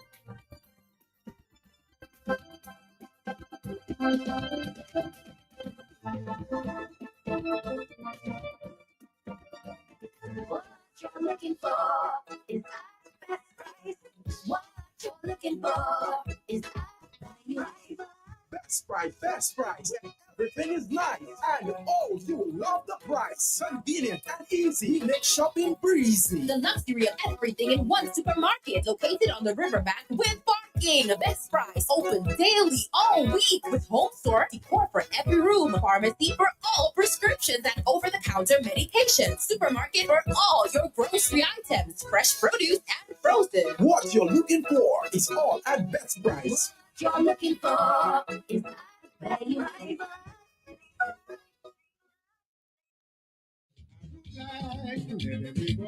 It's Kaiso! Yes, the Calypso season is upon us. Saturday, December 13, 2025 at the Factory, Valley Road. Only $20. 8 o'clock, seating only $30. Come here at the beginning of the season and make sure you're there till the end. Many Calypsonians will be competing. Only 12 gladiators will make it. The grand eliminations for the 2026 Calypso season. Saturday, 13 December 2025. Remember, 8 o'clock at the Factory. Come here, the funny songs, the serious songs, political songs, everything. Bring your family, bring your friends, bring your dog and come. Kaiso!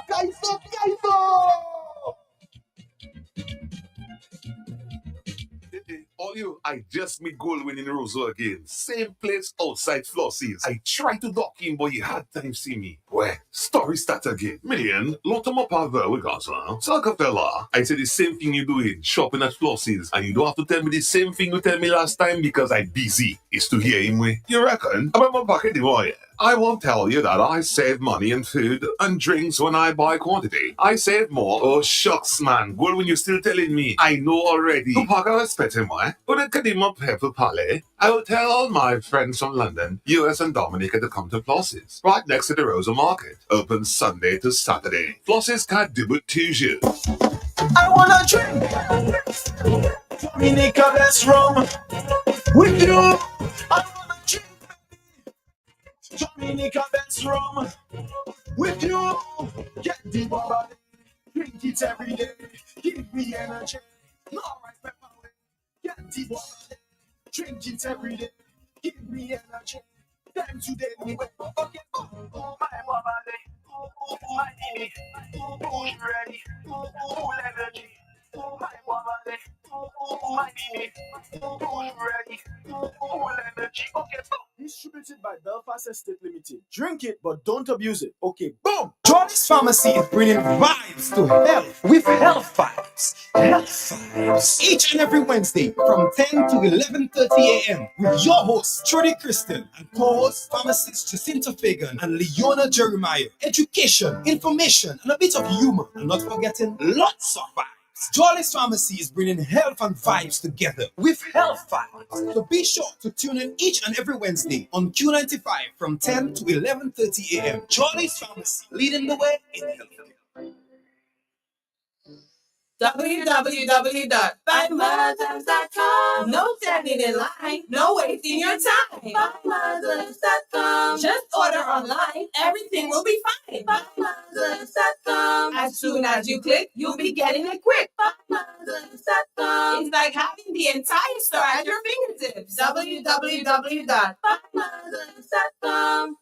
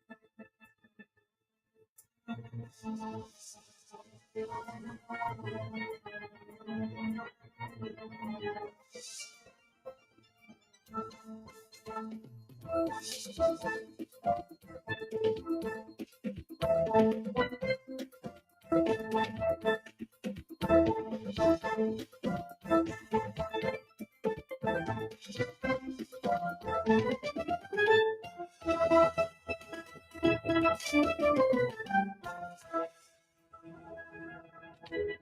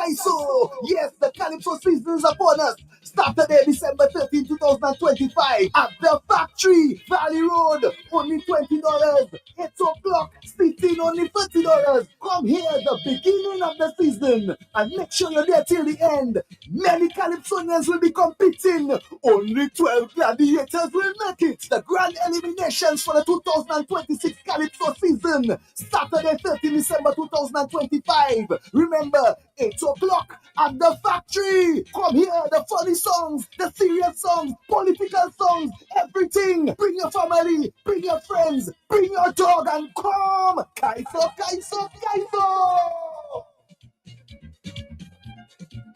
During the hurricane season, if you are evacuating, leave early so that you are not stranded by flooded roads, fallen trees, wires, and traffic jams, and make sure you have enough fuel in your vehicle and follow routes and highways. A message from Q95 FM Radio. All you, I just meet Goldwyn in Roseau again. Same place outside Flossies. I tried to dock in, but you had time see me. Where? Story start again. Million, lot of my power with us, huh? Saga fella, I said the same thing you doing, shopping at Flossies. And you don't have to tell me the same thing you tell me last time because I'm busy. It's to hear him way. You reckon? About my pocket, boy. I won't tell you that I save money in food and drinks when I buy quantity. I save more. Oh, shucks, man. Well, when you're still telling me, I know already. The pocket I spent him, why? But I get him up here for Palais. I will tell all my friends from London, US and Dominica to come to Flossies. Right next to the Rosa Market. Open Sunday to Saturday. Flossies can't do it toujours. There's Smooth. And then there's Guinness Smooth. It's a brand new cool. Incredibly smooth. Perfectly balanced. For a smooth and refreshing taste. How smooth? Well smooth. Guinness Smooth. For a smooth and refreshing taste. New Guinness Smooth. Must be 18 years or older. Drink responsibly. Socialize responsibly. Locally distributed by Belfast Estate Limited.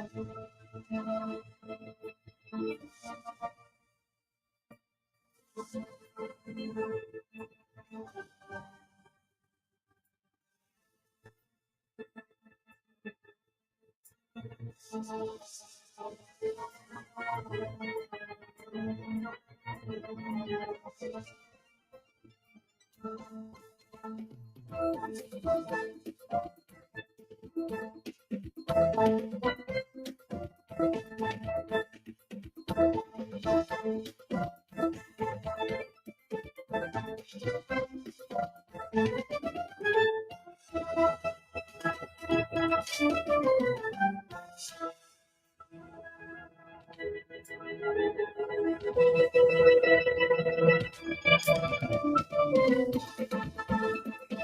Alwyn Bully Foundation, Inc.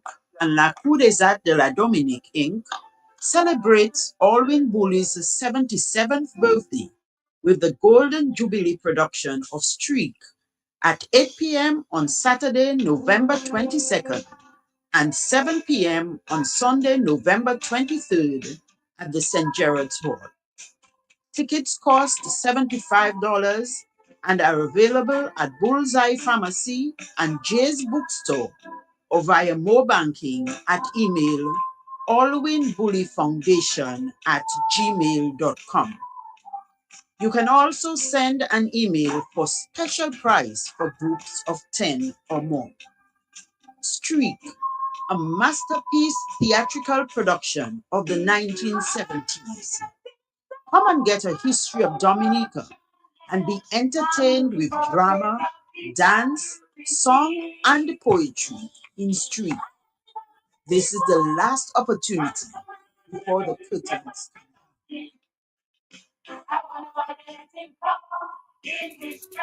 All right, Dominica, we're here. Streak this weekend on again. And of course, in the house with us, I expect us to be joined by Mrs. Wicks in a minute. We have a member of the production team. Remember Gobert? Many years ago, Green Gold, Mr. Severin McKenzie. He's part of the production team of this major play called Streak, which will be on tomorrow. Is it tomorrow and Sunday, sir? Yes.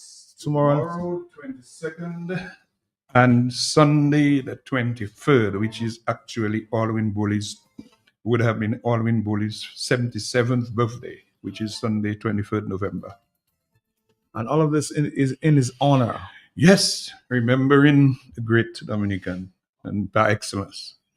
Give us a peek into that play, because a few people have been talking about it, but not all have had the experience and that have seen the play itself. Tell us about it. A little peek. I suspect you were not born yet. I was not born. Yes, I was born in 70 as a little boy. They would have to escort me. 1975. Yes, I was maybe 5 years old. Maybe. I thought you were 20 already. Man. No. Yeah, 1975. Alwyn actually produced this first full-length play. He had done some one act, and he had actually done something with Daniel Codera, I think, 1972. Speak Brother Speak. And you know who was actually starring in Speak Brother Speak? I don't remember that one. Roger Affoley. Really? You know who's Roger Affoley? I think I know the name Affoley. I don't know who's Roger. Roger Affoley is right now known as Shabazz. Oh, okay. That's a long time ago. Yes, Shabazz, in fact, was one of Dominica's leading actors in the early 70s. So what has happened to him? He changed the faith and then he changed the name. So Maybe. Roger Affoley went into the canals of history. Maybe we should have a rebirth of Affoley. Yeah, maybe one of those days you could speak to Shabazz and ask him, if he would want to go back to the past, or he just leave that alone. Maybe I'll try. Yeah. So yes, about the Streak. But in 1975, Alwyn came out with Streak as the first masterpiece, and it was the first real local Dominican play that actually captured, after Speak Brother Speak, really, that captured the pulse of Dominica, because it was actually focusing on the events of 1974 with the Rastafari movement or the Dread movement, the Dread Act, the killing of the killing of this white guy, John Jurasek, at Fortune Hotel, for which Desmond Trotter and Roy Mason were charged, and Desmond Trotter was actually convicted of murder. Yeah, and they launched this Free Desmond Trotter campaign, and finally, I think Trots was freed. You know, we wouldn't go into all this thing. It's not about it. But it was, you know, the movement for New Dominica, MND, the Black Power movement, the fire that took place in Roseau that burnt down the Nassif store, which is right now the ruins. The Grand Bay Uprising and the Geneva Estate. So all these things. You know, as you say that, I keep saying that on the radio all the time. The history of the 70s, I think that have to be chronicle. Yeah. I mean, why is somebody not writing that? No, well, if you go and look at, if you go to Sistrick, you're going to get a nice piece of Dominica's history during that period, because Alwyn was able to put all these things together in that play. And this is why it actually was considered a masterpiece, because the way he tied up everything. In fact, I think it was in 1974, some guy committed suicide. And the suicide note that he left is too much worries for one man. Oh, interesting. And Alwyn was able to capture even that and put it into the play. And the audience was able to relate with it. I mean, today, it's, you know, when you say it in the play, a number of people are going to be remembered, and particularly the young people are going to be able to identify with it. But this was what Alwyn was able to do with Strick, putting all those things together. You know, and you know, for example, the two main protagonists, the lead actors, is actually a young worker who works at the bank.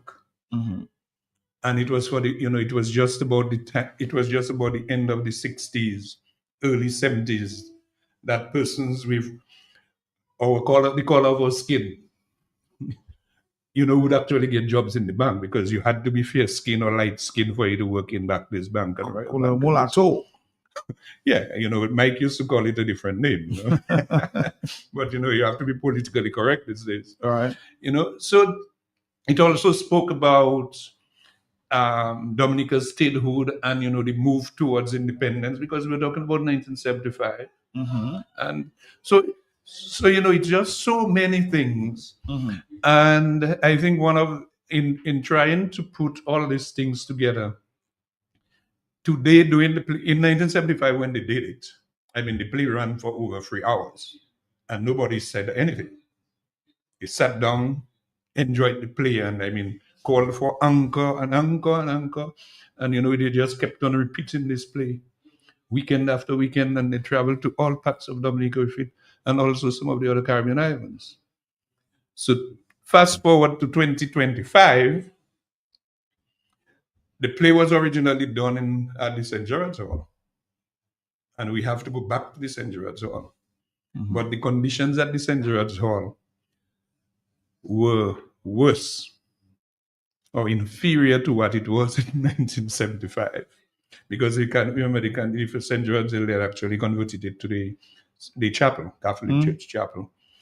And the stage, they reduced the size of the stage. They had to remove the side wings and all those type of things. So we had to actually go to the St. Gerard's Hall and build back the stage, put some backstage, and do quite a number of things, bring in lights, bring in song, you know. So quite a number of things that we had actually to do. In fact, this production actually costing over $60,000. 60,000. Over $60,000. So that has to be a big production. No, it's a good big production. What we were able to do is to put together a cast of characters that really we have worked hard over since May, 7 months, putting this play together. So it's a lot of work. Because whereas Alwyn was able to put the play together with the People's Action Theatre, with that was really a well-organized theatre group, we actually had to just go and try to get persons who were willing together and bring them in. So, you know, we ended up with a nice cast, you know. We have Janet Jackson, you know, she's a lawyer. Then we have we actually double casting. So we have Janet Jackson doing Jan on Saturday night, and then we have a young student from the State College also doing Jan on Sunday night.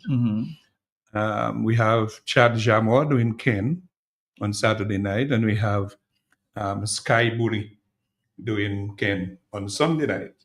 You know, so we tried something different, which many theater groups do not do, because what actually happened in theater normally, you would have main actors, and then the director would have some understudies just in case something happened to the main actors. True. Then the understudies would just fit in. But because we were not too sure as to whether we were going to get this level of commitment, because we not have we were not working with an established group, we decided to go with double casting. So all those young people who actually presented themselves for the audition and showed a level of interest in the production, we decided to rope them in and decided, okay, we are going to double cast some of the main. What about the young people? Because we're talking about the 70s here. What about the young people who may be listening to this interview and saying, why should I go there? What is in there for me? Man, what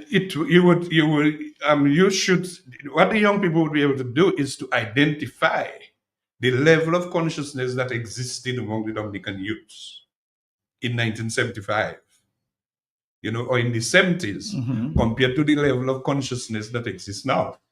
The type of things young people were talking about in the 1970s. That if you open this type of conversations with some of the young people today, they're completely lost. I mean, yeah, it's, so, but I think I think it was the social conditions that existed in the country. And, well, we didn't have social media. So most people had to get their news from, Radio Dominica at the time, or from BBC, or from the Chronicle, and there was maybe more. Yeah, you also had during this time a group of university grads who had just come back. So Alwyn himself had just come back from university. Para Riviere, Ron Green, Afi Mate. You just go naming, and these became activists who actually. So the Black Power movement actually raised a high level of consciousness within the young populations. And this is why, for example, there was this revolt at the St. Mary's Academy when the SMA students revolted, but they didn't revolt against the tie, but the use of the tie became a factor at the end. That somebody saying there, man, even the revolt, and just mentioned it, even the revolt at the St. Mary's Academy, St. Mary's part of that history of the 70s. Oh yes, it must and should be written. And of course, Dilek just joined us. Julia Coffee is part of that production team too. I just asked Mr. Mackenzie a question: why the young people should come to that play? Good afternoon to you. Good afternoon to everybody who's listening. Yeah. I think this is an opportune time for people to get a really nice slice of Dominican history, not as written by outsiders, but as seen through the eyes of the people who actually experience it. And sometimes when history is written to be taught in schools, certain things are left out. But if the young people come, then they can begin to understand what was the political climate at the time. And they can also see how people of different ages took action. Some people stood back, some people were very proactive. And one of the interesting things is that when the youth come, they may not want to believe that this play was written 50 years ago, because some of the issues that are addressed, they are still very pertinent today. And they may be actually wondering, well, if that happened 50 years ago, why is it that we're still facing those problems? So they can compare and contrast, kind of thing. Definitely. So they actually, it's like living through the experiences of others and really understanding how the mindset of the Dominican people have been impacted by the social events and how people have taken action and what resulted from those actions. During Independence, you guys put on that play there. What is the story that you're hearing from those who have seen it? What's the reaction there? No, people were very much satisfied. People were very much impressed. I mean, I think one of the main difficulties that we had was going back to St. Gerard's Hall with conditions worse than we were in the 1970s. So we had some glitches, with the sound system and technical. So, for example, we had a major glitch with the electricity. Okay. The circuit gone just before the play about to start, and then we have to say, wow, we have to do this thing with bullseye, man. Wow.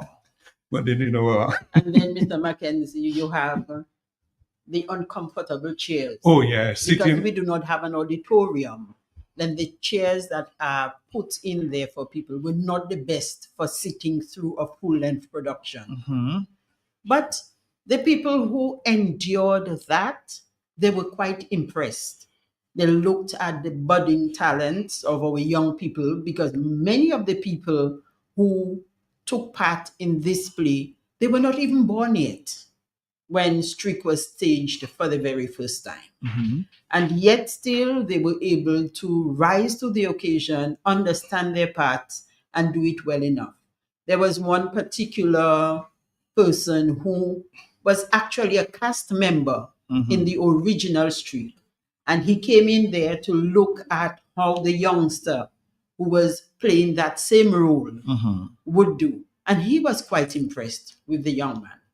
I am pretty impressed. So am I. No, really. And if anybody wants to see the play, they should just come to see this young fellow play. No, they just need to come and experience things. Yeah, just come and see Stings perform a poem that Lennox Rock did in 1975. I am a Rasta man, a master man, a dark man, a whole man, a big man. And what I mean. And the way Stings did it in 1975, he captured the audience. Yeah. Up to today, we still call Lennox Rock Stings. And sometimes that is how names stay with people. You perform Your nickname, a major role, and that name stays with you. So among the cast members, my name is no longer Delia. My name is Mrs. D. Oh, okay. Yeah, and this young guy comes in now. So that is where Stings did it. I'm a Rasta man, a master man, a dark man, a this man. And then young Dylan Regis comes in and he gives one powerful performance of the same poem in a completely different way. And at the same time, captures the attention of the audience. That after, when he finishes it, everybody just.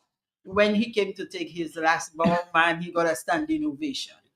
That's to tell you how powerful he was. Yeah. So if there is one thing that we could walk away with doing Stings 50 years later, is discovering this young talent in Dylan Regis doing Stings. But not only Dylan, you have the others. You have Johnny Jackson. Oh, yes. We have quite a few young people, and for me, Matt, that is a sign of hope, because as much as I would like to believe that I have a youthful spirit, I have to be realistic and realize that I'm closer to my expiry date. There's a number there. Yes. And it gives me a sense of hope that we have this budding talent that can be nurtured. So when people like Sev and myself move on, then the art of theatrical performance can still be alive and well in Dominica.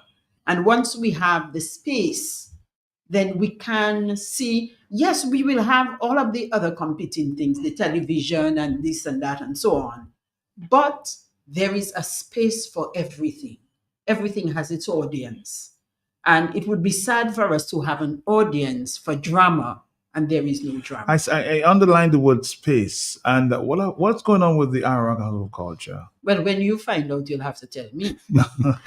Well, what do you think should be done with that space? That's the question. To be honest, Matt, when we decided to do Strick, we got the assurance that Ara could have been ready for November.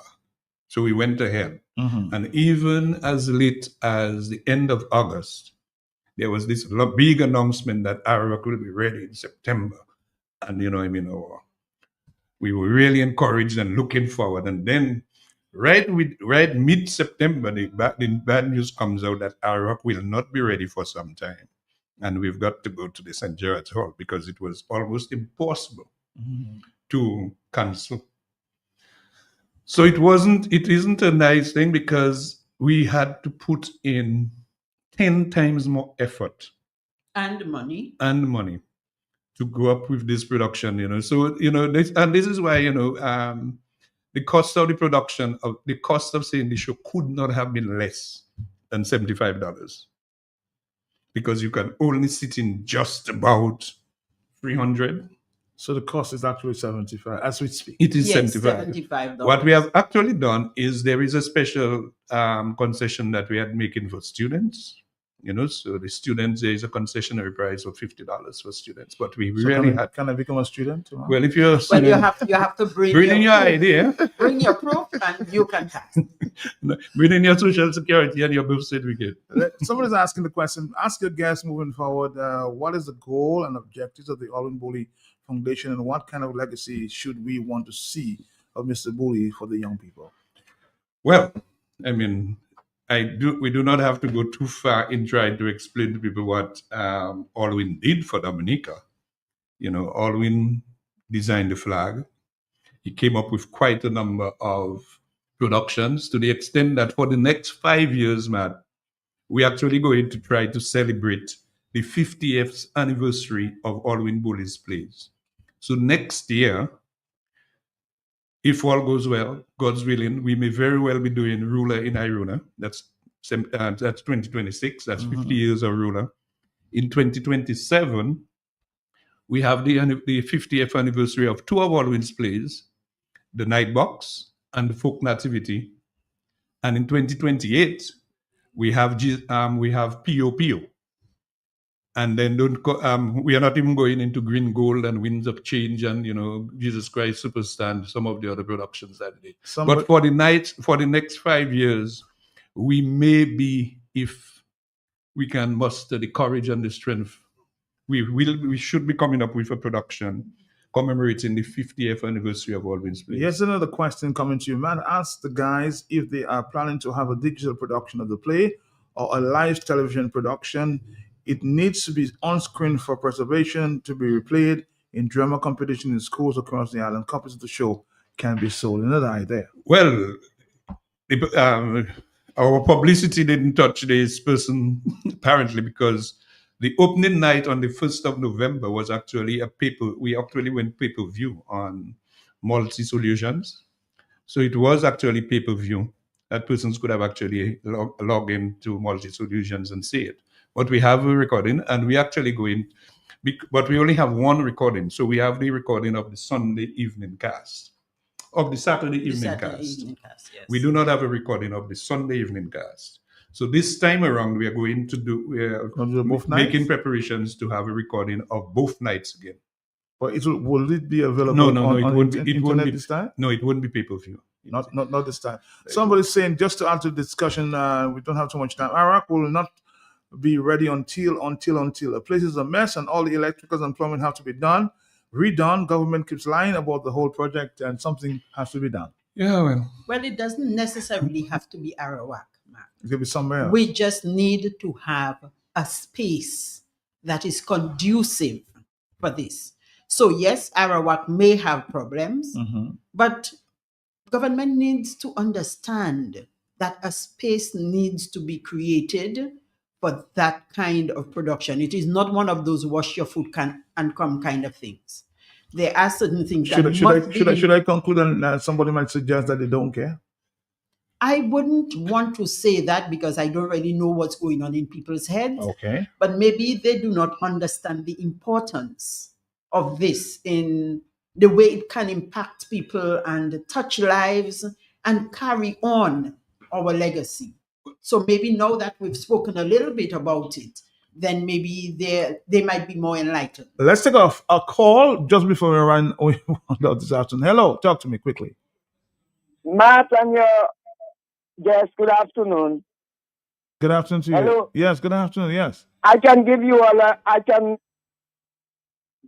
a good place or tell all you about a good place, or you can ask for it. What place is that? The House of Dark Secret is empty there. Maybe the acoustics might not be what we need. Well, But thanks for the suggestion. I suspect we'll have to break a lot of walls so that we can get the place for the auditorium. But yeah, the location might be very good anyway. The location. Yeah, but Matt, so I mean, the whole thing about it is that I do not believe that there is sufficient attention being given to theater. And theater creates a certain level of class in the community. Yes. Because I mean, there is nothing you can dress up and go. There is nothing more satisfying that when somebody would say, "I'm going to see a play," which especially if it's a play that you could take the entire family, that you could dress up, and then you know that you're going to sit comfortably, and then you sit down and then you watch a good play. It's like going to the movies. Well, it's even better. It's even better than going to the movies, because the movies you're looking at a screen, but when you go to the theater, you're looking at people in real life acting.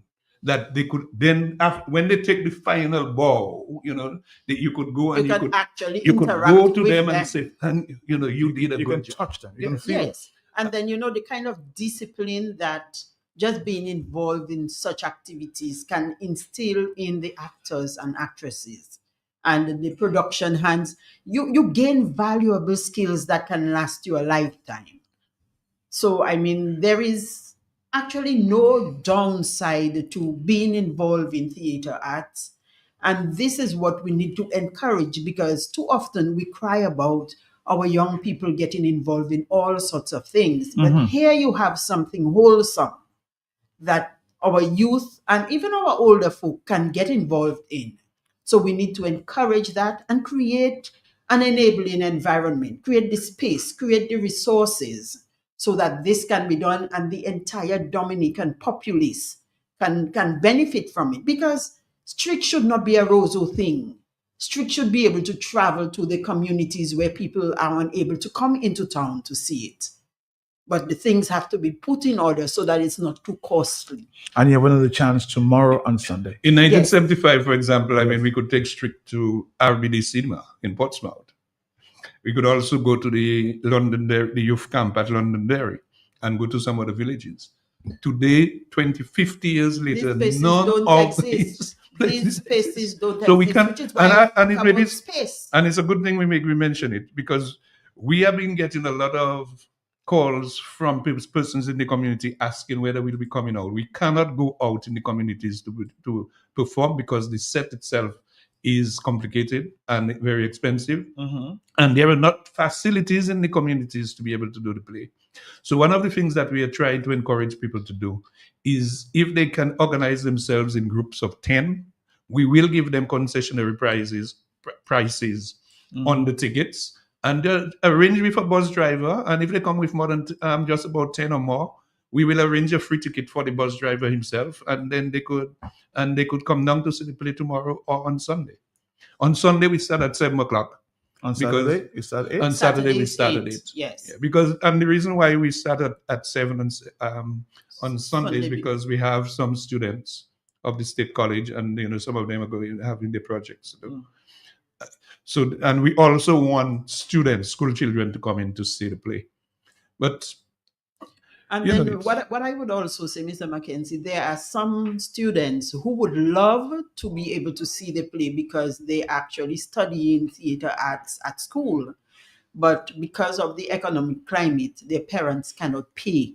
So if there's anybody who is moved that way to sponsor a ticket for a student, then they can let us know, and then we will just ensure that student gets to come in. Yeah, I mean, and when you talk about the mastery of Alvin Boley in his writing, in this play Strict, it has poetry, it Everything has drama, you can think of. It has calypso, it has conte, it has dance, it has drumming. So all the various aspects of the performing arts are put together in this one Masterpiece production.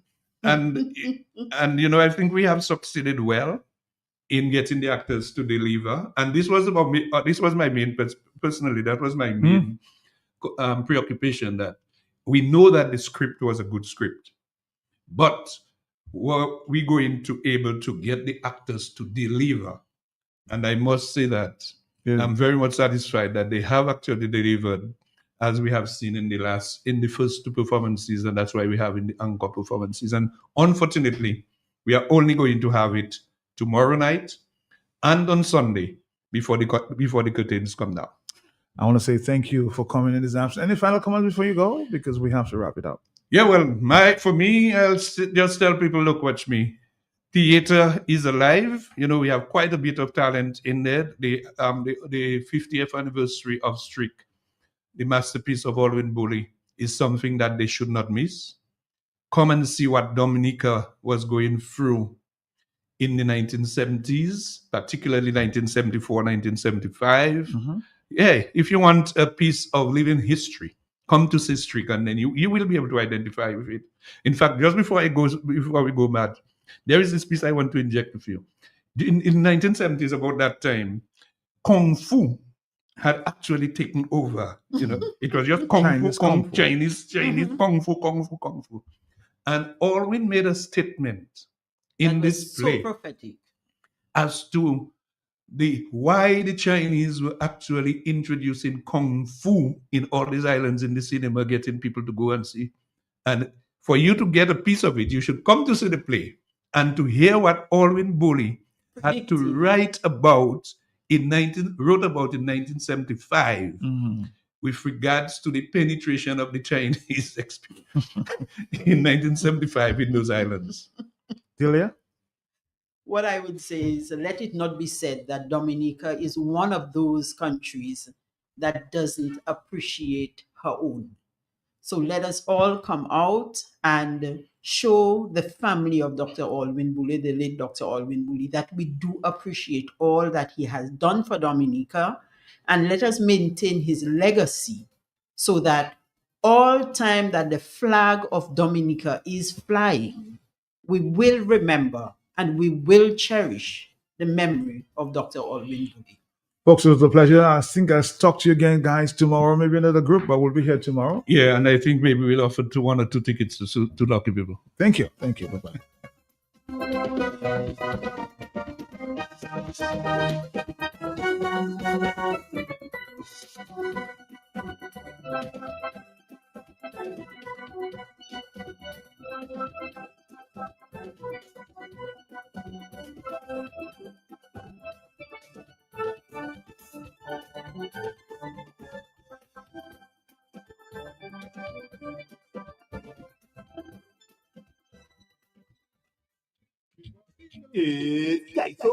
Kaito! Yes, the Calypso season is upon us. Saturday, December 13, 2025 at the Factory, Valley Road. Only $20. 8 o'clock, sitting only $30. Come here, the beginning of the season. And make sure you're there till the end. Many Calypsonians will be competing. Only 12 gladiators will make it. The grand eliminations for the 2026 Calypso season. Saturday, 13 December 2025. Remember, 8 o'clock at the Factory. Come here, the funny songs, the serious songs, political songs, everything. Bring your family, bring your friends, bring your dog, and come. Kaiso. All right, we're going to wrap it up there with the Talk on the Block this afternoon there with just a reminder that we have something imminent that may possibly take place. Just a reminder, the many warships in the Caribbean.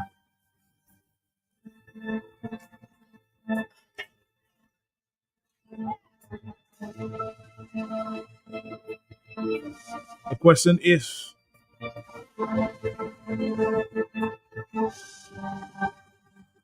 is it an if or a when? We spoke to Crispin for UN ambassador about this war which seems imminent in the Caribbean. Crispin Bregwell. On that note, we go. Crispin Bregwell. You know, he has to go to Congress for authorization to conduct war, which I don't think will be a problem. But he wants to avoid going to Congress. So what he's doing is treating it as enemy combatants. If you use the word enemy combatants, then you don't need to get authorization from Congress to go to war. So he's trying to avoid going that way. Right, and I think he has the majority in both houses of Congress. So, but it's to convince the senators. That's critical, to convince them that they won't get bogged down in a war that will keep them. It will cost them money to do that. But it appears like he's very serious because, I mean, come on. We have so many warships in the Caribbean region. What are they for show? Well, he said that he's made the decision, and we're just waiting now for it to be implemented. Do you expect him to send in the troops? I mean, or he would just attack over the front? What I expect in the immediate short term is airstrikes on military facilities. No, somebody could send. Go ahead. Yes. And also remember that the CIA is active in Venezuela, and they have authorization to kill. So the president's life is in danger if they decide to start any kind of on-land intervention. Somebody was asking me just a short while ago, is Maduro in Venezuela? Well, that's a good question. He certainly can't fly out. The U.S. Planes would any flights out of Venezuela that is not sanctioned could come under fire from the U.S. The way I look at it, the only option for him is if he has to make an escape for his life, it would be through Colombia. It's that serious? Yeah, and that would have to be by land. Now, what the Venezuelan military has decided is that if the U.S. intervenes, then they will fire back, and that they don't have the firepower to match what's in front of them on the doorstep. So they said that they will become guerrillas. They will have a guerrilla war, and that could be that could bog the U.S. down in Venezuela for years. So while we are speaking, there's still efforts at diplomatic solutions and not going to war. But I am not convinced that all of that military might has been amassed in the Caribbean Sea, and then for it to come to zero. I don't think that is the thinking of the White House and then the people who are helping to make U.S. policy. Well, speak to me as it relates to the implications for the rest of the Caribbean, because a lot of criticism have been leveled at the Caribbean leaders. Basically, people are saying, well, they're not getting their people ready for this eventuality. What's your take on that? There will be definitely implications for a region that are negative. One, Matt, we are in the midst of the cruise ship season, and that could slow down cruise ships coming into the region. That's one. But the one that is most concerning to me is that if navigation is slowed down, the Caribbean depends on the U.S. for food. So all the food that you have in the supermarkets could just disappear one day if we're not getting supplied. So that's another problem. Then the third problem, which is a big one for not only for Venezuela but for the rest of its neighbors, is the onslaught of refugees streaming from Venezuela. I mean, they have millions of people, and they already lost about 7 million people as refugees. So we would see more refugees streaming across borders on both the east side and the west side and to Trinidad. So refugees is a problem. And then, Matt, long term, if this happens, the Latin Americans will be so upset with the U.S. that it will sour the relationship between the Latin American countries and the United States for years to come. So these are some of the things that I see, Matt, and reading different reports. I think I really would want to say this is the zone of peace notion is very, very important, but it's not enough to say but zone of peace. So, what do you think that the Caribbean leaders at this time should be telling the people? Get ready for war? They should begin to tell the people that if there is a war, these are some of the things to expect. And one of them, Matt, is gas. Gas for cars and gas for cooking. I think still a lot of the cooking gas comes from Venezuela. If that is the case, then we will have a total shutdown of gas supplies for kitchen.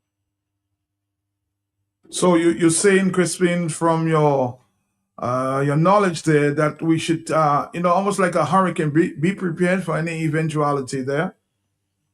I think so, Matt. Is it a case that we should not panic or panic? Well, I think we should prepare for both eventualities, not to panic and to panic.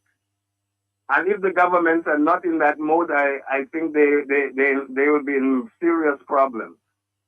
Matt, can you imagine if our food supplies suddenly stop for a few weeks, what that would mean for the supermarket? Because if you take a country like Dominica that supposedly is an agricultural country, I go to the supermarkets and I see they're selling stuff that come from outside the region, which is things we can grow here, like tomatoes and such things. And if it's a supermarket you have to go to get that, and it's not made in Dominica, then we're gonna have to worry about food supply. Then the question of our cruise ship tourists, whether they will come if there's a blockade in the Caribbean Sea.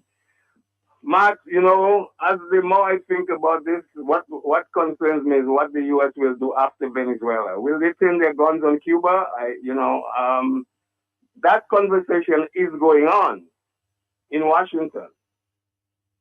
Somebody's saying that we should start, making our coal ports and collecting wood. But it appears, from what I just observed, that the leaders are walking and treading carefully, walking on needles, afraid to say anything that might affect their relationship with the U.S. Right. Not one of them will stand up and say. I think that what the Caribbean leaders should do, a few of them should make a visit to Washington to talk to President Trump. He likes that kind of. He likes when people come to his table. I still have not seen any initiative by the Caribbean countries except for making statements about zone of peace. I don't know what their diplomats are doing in Washington for them, but really they need to come to Washington and speak for themselves. We are in the 11th hour, man. So are you saying diplomacy might still work at this 11th hour? Yeah, well, President Trump said that the last thing I saw, he said, and that was day before yesterday, that Mr. Maduro has asked to speak to him. And he didn't say whether he was going to agree or not. But he did say that President Maduro has made a special appeal to have a conversation, at least. So they're talking. The special envoy for Latin America, Mr. Grenell, would like to pursue a more diplomatic approach to this. I'm hearing that hardliners in the State Department are opposed to that approach. And it seems like the White House is siding with those hardliners. It's a situation to watch and watch closely. I heard a report yesterday from Trinidad indicating or suggesting that, the fishermen in Trinidad are feeling the squeeze because they can't travel too far out. They're afraid that they'll be bombarded. Right. You know, Venezuela is only 7 miles away from Trinidad, 7 nautical miles. So it's not too far. You can certainly, in a small boat, you can make that. They shouldn't risk going anywhere close. They will be destroyed.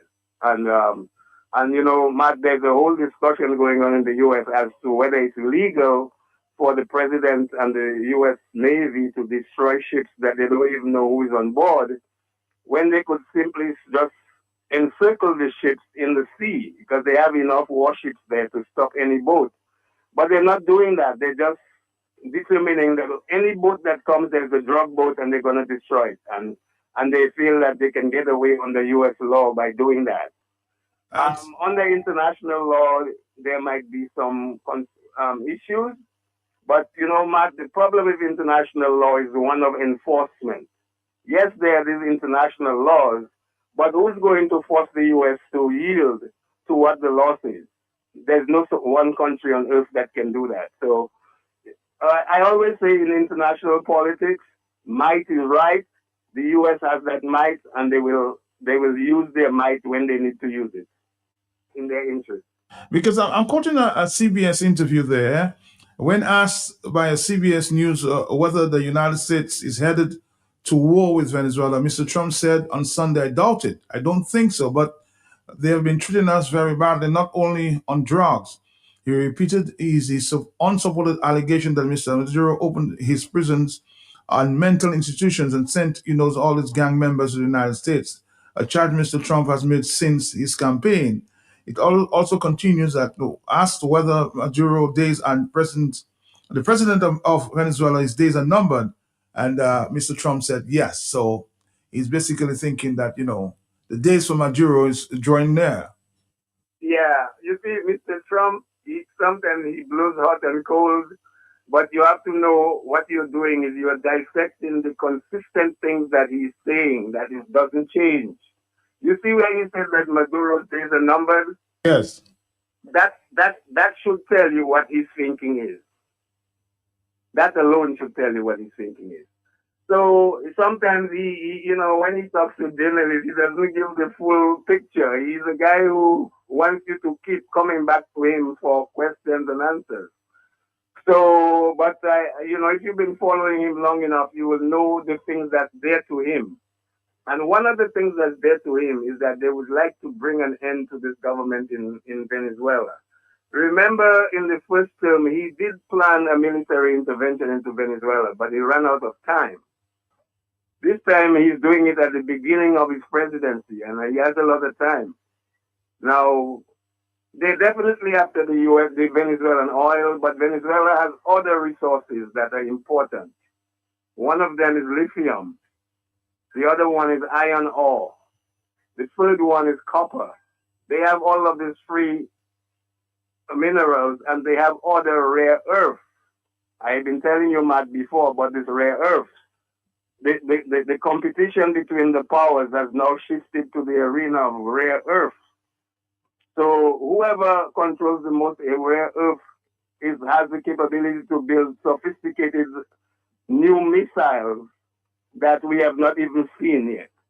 Well, as I said to you, Crispin, is something that we have to monitor in the region, and the regional leaders should speak out and tell the people what they should prepare for. Time, it seems to be drawing near, When they will attack, we'll have to find out because time is not on our side at this point. Time is not on our side. As the clock ticks, Matt, when I didn't think that this would have lasted almost a month, but, the U.S., over that month, they have put in enough arsenal of weaponry in the Caribbean Sea. I have even seen photos of the warships passing not too far from Dominica's waters. That's true. Or in Dominica's waters, going south towards Venezuela. I saw some photos like that maybe 2 days ago. Somebody sent me some photos of these warships passing, on the horizon there. So it's a very serious situation. Yes, it is.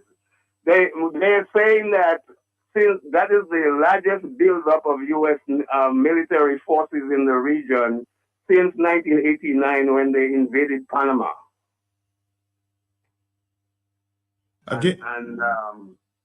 and we're seeing a lot of weaponry and there's also the involvement of the Russians and the Chinese. All of that is adding pepper to the pot. So somebody was suggesting yesterday, maybe it's the beginning. I don't want to alarm anybody, but somebody was suggesting there in international circles is maybe the beginning of the Third World War. Well, are we going too far? The Caribbean Sea has seen wars over centuries. And here we are in the 21st century, and we're seeing another war of rivals. And this is not just about Venezuela. This is a fight of the powers. And the three powers here are United States, China, and Russia. That is a rivalry that's playing out in Venezuela. And we don't have all the pieces, but we know that there are these ingredients. All right.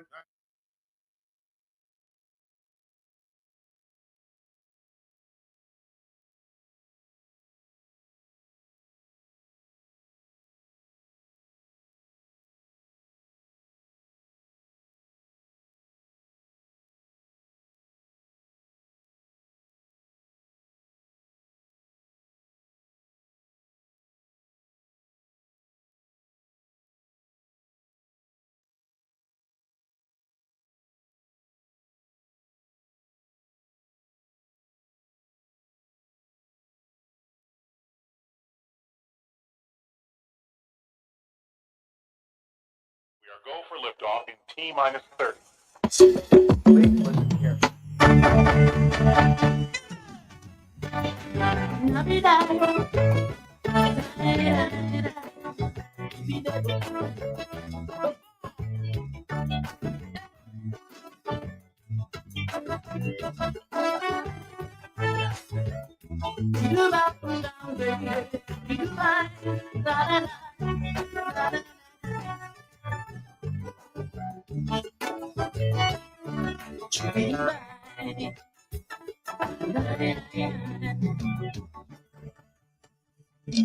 This old girlfriend of mine was letting me know why I am a hypocrite.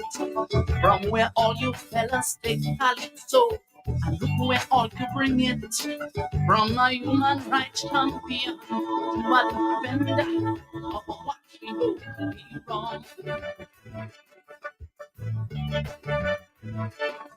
This country is in a crisis, and look at calypsonians. All you like ostrich, all you head bury in the sand, yet you want to be a calypso king. With these passive topics and excuses, you just come and sing. Go and sing the truth, oh, go and sing the truth. The judges and them, they don't like you, but the public will appreciate you. What do you have to lose? What you trying to prove? And when you sing what's strictly, they'll accuse you of carrying your country's dirty laundry. Don't worry, the truth will make you free.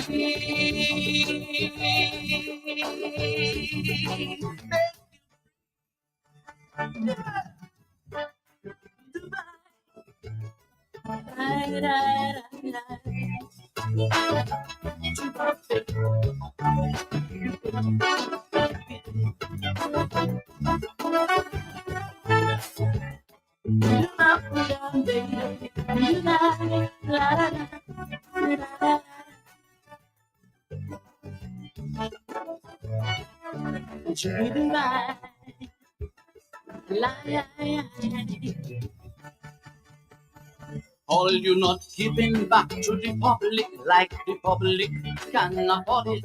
It's the big boys with the deep pockets getting complimentary tickets. All you big so in political color. Look even high. A mask out this year.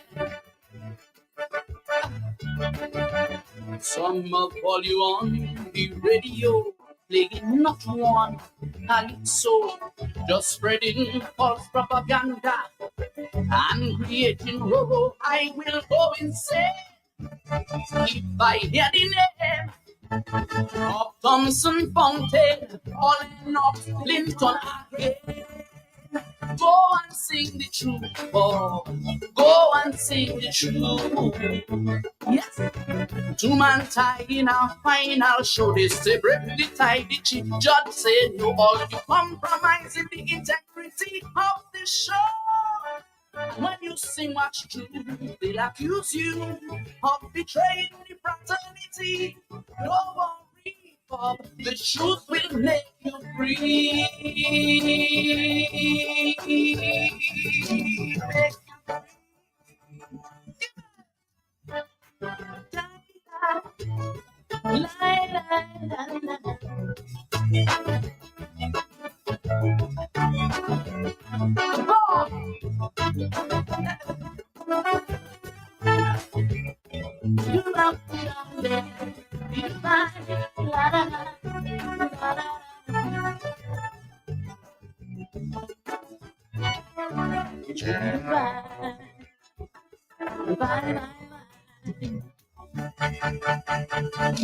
Calypso is opposition to all maladministration, but Calypsonians benefiting from the wrong that is going on.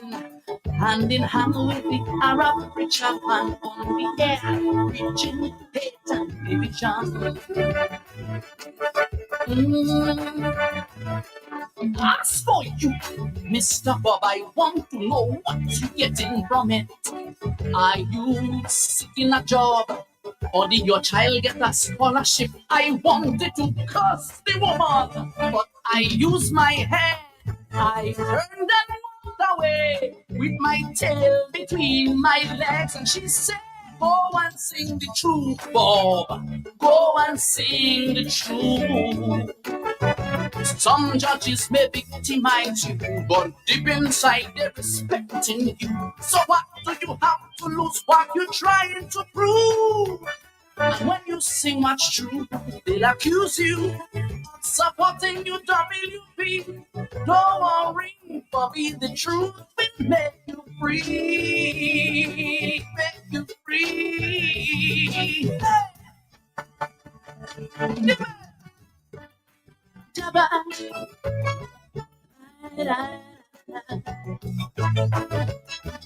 So,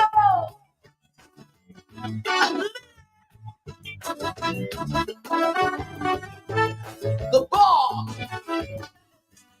be divine, la la la la la.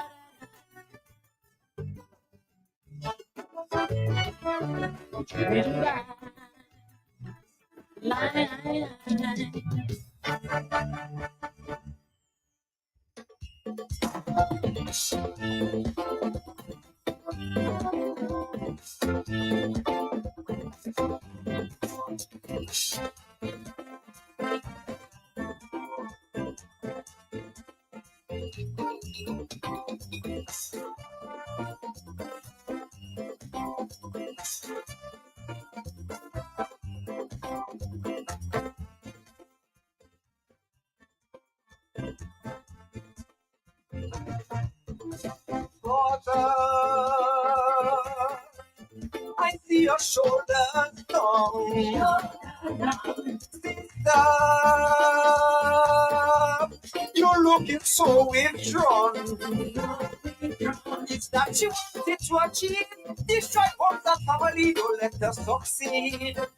No, please, here comes hope. No more wrong. No more wrong. Madam Maria, you have not won. Governors back on rooftop. In battle, some soldiers will trump, but we begin up. Rising determination. It's Cinderella, daughters and sons. Oh, Dominica is here. Oh, Dominica, I care. When you see the rain falling, every time you hear thunder rolling, it's the evoke of your fulfilling. It's natural, but don't you go really? Hope Dominica is here. Hope Dominica, don't fear. I will not rob you like them insurance with excess and depreciation, but if divine hope is the only way to the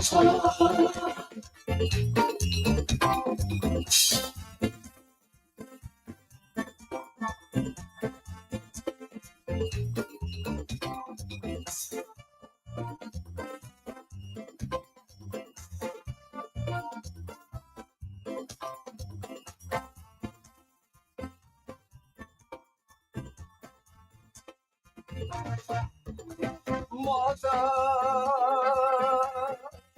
I know you love that child. Father, you still need some galvanized. But you have some in, little shelter when it's raining. Count your blessings, for a little ease. Stop crumbling. No time for you to criticize. Instead, thank God. He spared your life. For every dark you can see a silver lining for you and me. Don't you worry, one day at a time. I say hope is on your side.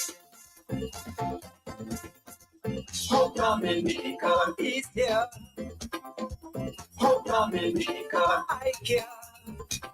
When you see the rain falling, every time you hear thunder rolling, it's evoke of your fulfilling. It's natural, but don't you go really? Hope Dominica is here. Hope Dominica, don't fear. When you want a little relief, and your name is not on their list, look to divine hope. It's the only way to hope.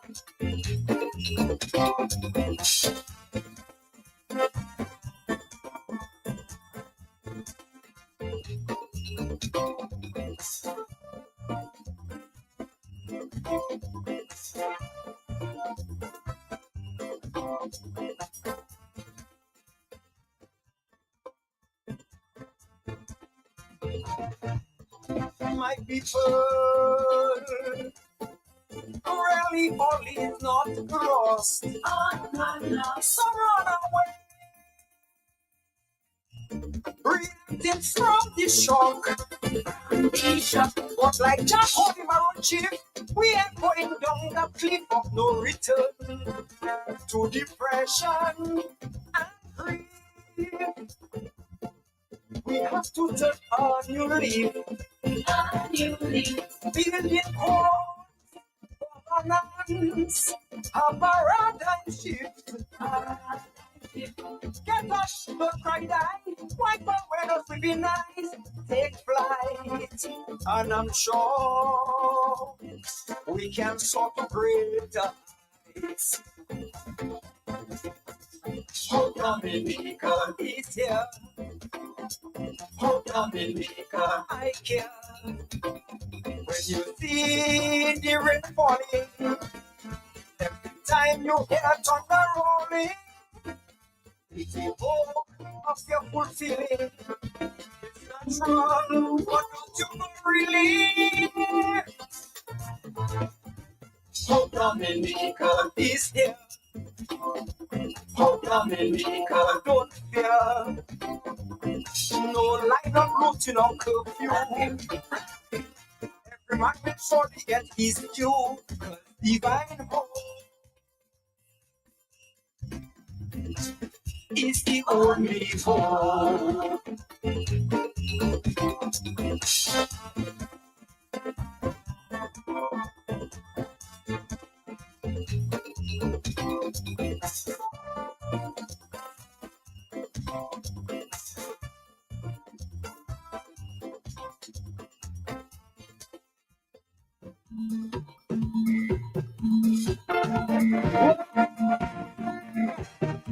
Here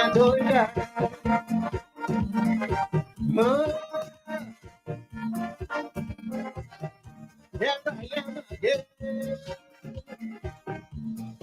It's not easy to develop a country. It's not easy. It's not easy. It's not easy to come up with the money. It's not easy. It's not easy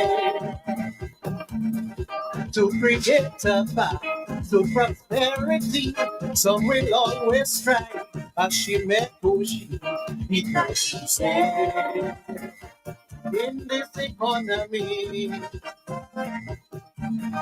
So when leaders pledge with no proper plan to give us the edge in this small island, it's not easy.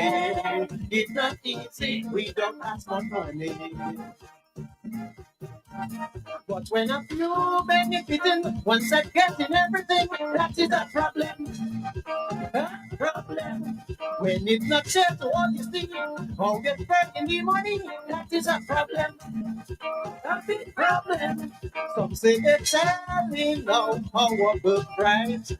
They just trading our identity. Me, I don't give a fuck. I just want some for me. And for you, I want my portion. Just give me my portion. Give us a share. Give blessings this portion too. Did I do yes? No. Here I am again.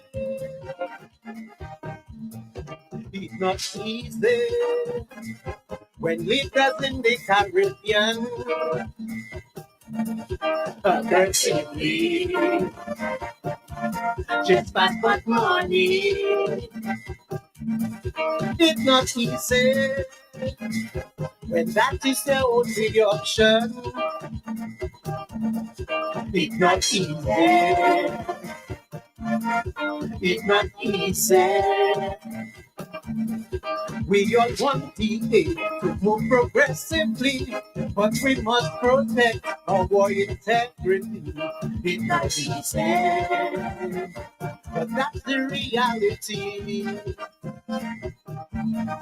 And when both of us don't get catching hell, look how those who sell passports doing well. It's not easy. It's not easy for my little like me. So when a few benefiting, one side getting everything, that is a problem. A problem. When it's not shared to all you see, always spreading the money, that is a problem. A big problem. Some say they're selling out our birthright, prostituting our identity. Well, I could tolerate that once there is some for me. And for you, I want my portion. Give me my portion. But give my waist, give mommy her portion too. Did I do it?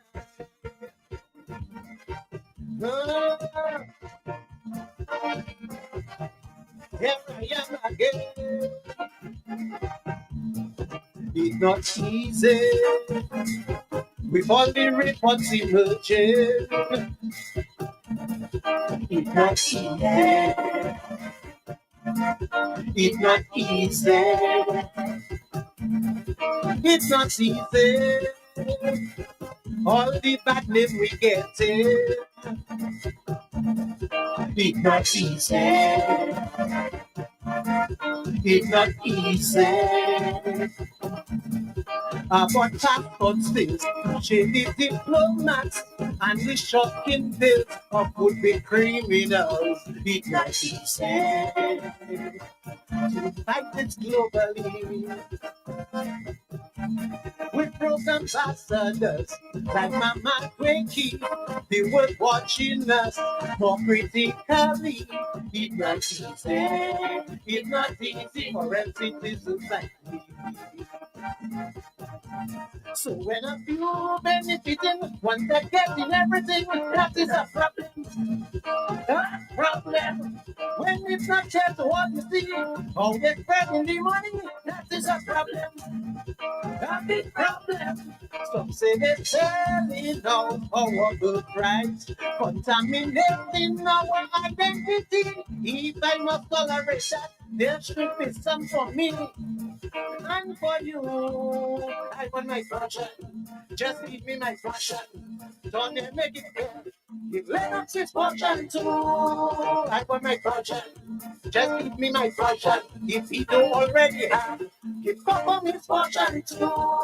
I want my passion. Just give me my passion. Stop making the envy black. Give them his portion too. Be that door.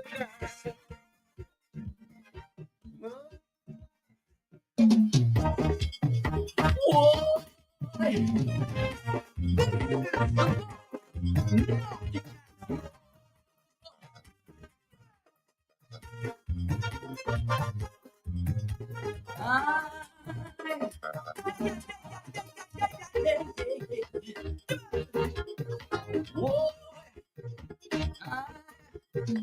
When Moses brought the Hebrews out of Egypt, they never liked it. They enjoyed it, but they never liked it.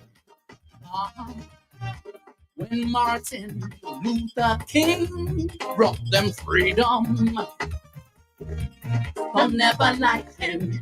They enjoying it, but some never liked it. So when people who don't know me don't like me, don't ask me why. I guess it's just society. But I guess if I invest too much already, if they don't like the leaders who set them free, then who is me? Who is me? When people don't like you, you can bring down manna from heaven. They won't like you. When they don't like you, you can save them and they will blame you. It's like they don't like you. It's not very simple to say fuck with them, but they know not what they do.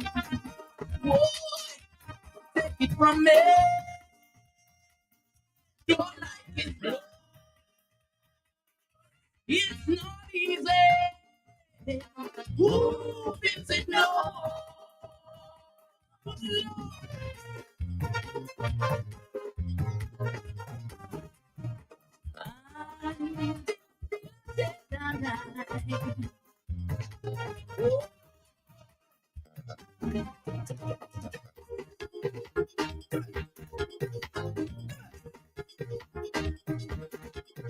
The only plan was an honest, hard-working leader. Yes, they didn't like him either. They forced him to exile and suffer. Senior council say performance doesn't matter. Yeah. He don't like Dominica and black people for their nature. Yeah. They hate bright educated children of slaves whom they just cannot use to their advantage, especially if they're from a certain village. Careful what you do, cause they'll turn your own people against you, against you. When people don't like you, you can bring down angels from heaven. They won't like you. When they don't like you, you can feed them and they'll still backbite you. It's like they don't like you. It's not very simple to say forgive them, but they know not what they do. Take it from me. Your life is blue. It's not easy. Who feels it now? Lord.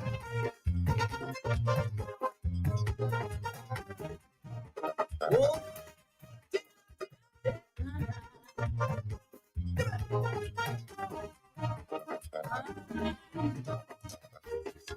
This is the bomb coming right at you. When they say love your brother, should that be taken seriously? When I have a neighbor, bad signs it's always showing me. I've been on stage singing, and I have seen complete strangers turning their back on me. Many people who never met me before cannot say what they hate the ball for. Some even say I go always on. And those who think that I just dig in blues come try to walk a mile in my shoes. In my shoes. When people don't like you, you can be the good Samaritan in the Bible. They won't like you. When they don't like you, you can open up to them, they'll still betray you. It's like they don't like you. It's not very simple to say forgive them, for they do not what they do. Take it from me. Don't like it, love. It's not easy. Ooh, it's the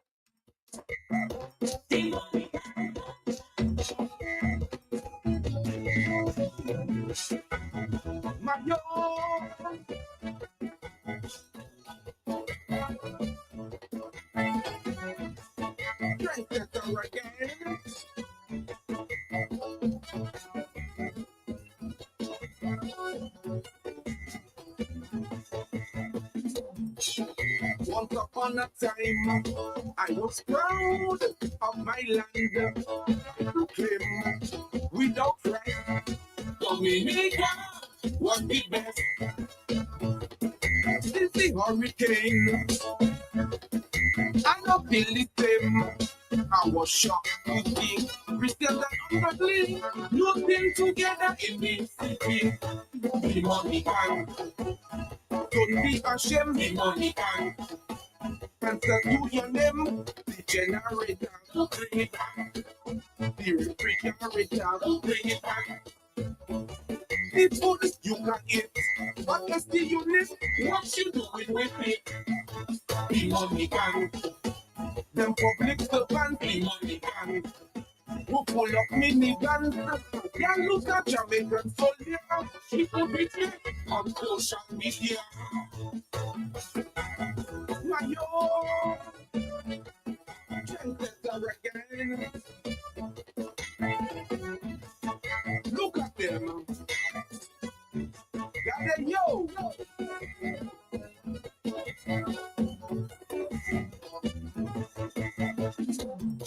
Maria hit and run.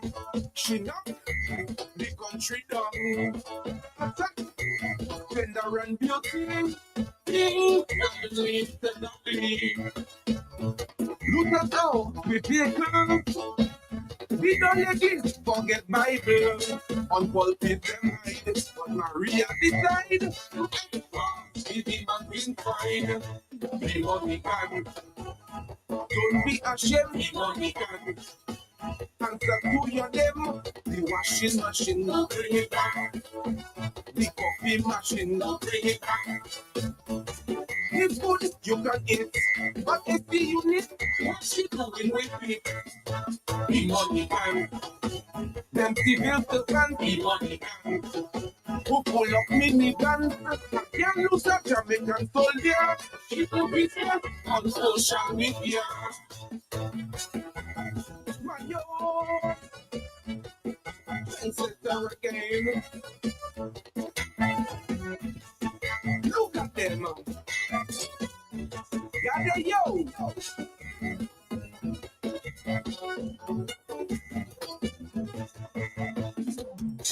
Man comes with crowbar, buckets and chainsaw to help with the police.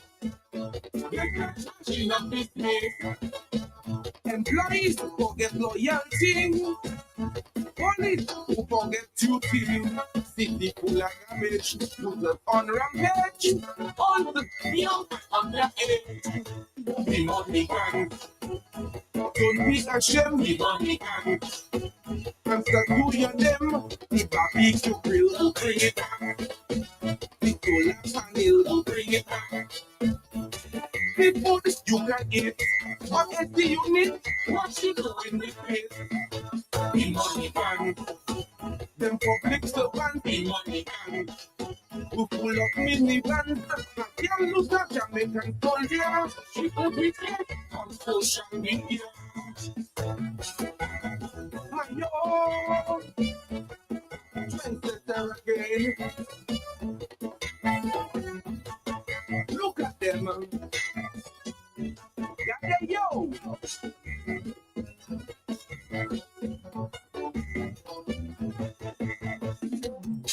Not long Erica pass. Maria, no give we a blast. All who commit crime, put the country way behind. So build back is a big task.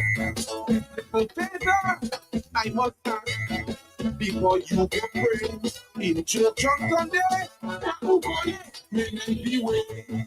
The money can. Don't be ashamed, the money can. Answer to your name. The black brings the big, bring it back. The brand new set bring it back. The food you can eat. What is the unit? What you doing with it? The money can. Those in the credit union, the money can. Who pull up minivans. Can't lose a Jamaican soldier. People be dead on social media. The money can.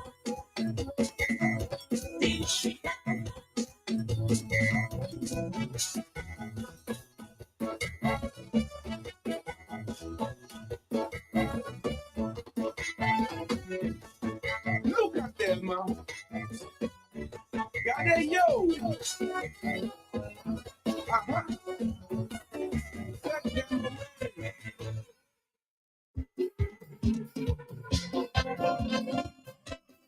Open that door. Trendsetter 2025. Here we go. But long ago it wasn't easy to ride a lorry from the country. And when that truck get to the city, everybody wants to be there. Who wear it sun, not them alone. Some be in trend, making it rain. It's that the tree, listen to the sea. Look the people, but not the city. Not the I'm a cuesta, en la guapa, a manita, y cuesta hasta nota, a cuesta, a la villa, y cuesta la.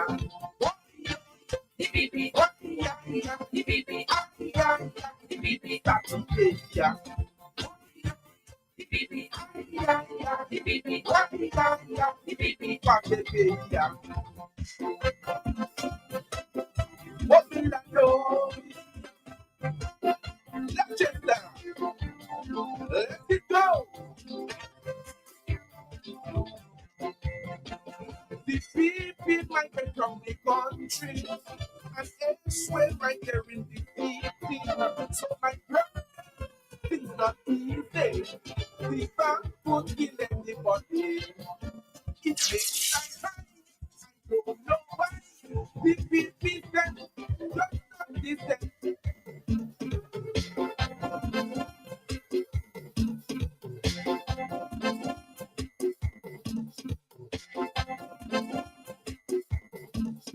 Yeah, man. All right, let me say welcome. It's all about the afternoon drive. Of course, all right, on the big station, like 95 FM radio.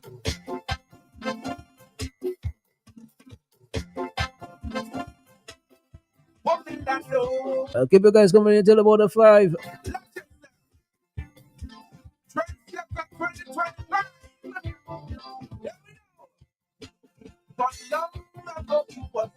easy to ride a lorry from the country.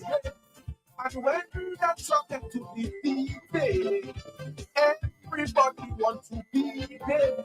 Who when it's done, not them alone. Some be in trend, making it rain. It's at that the tree, leading to the sea. Look the people, but the sea. Not the I'm a cuesta, en la papa, aman pita, y cuesta hasta nota, e a cuesta, a la villa, y cuesta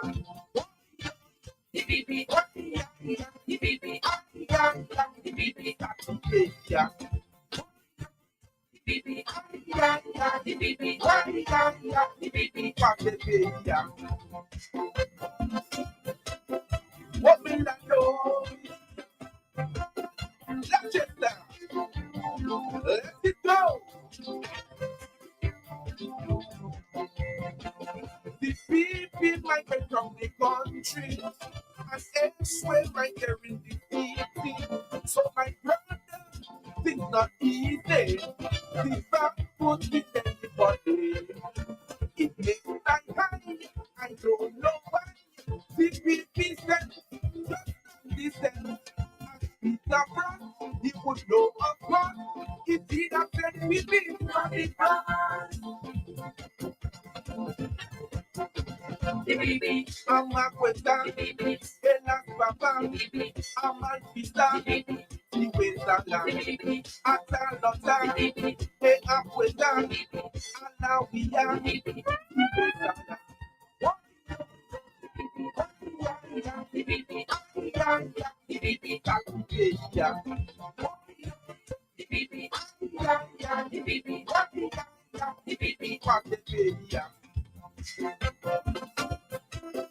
What will I do?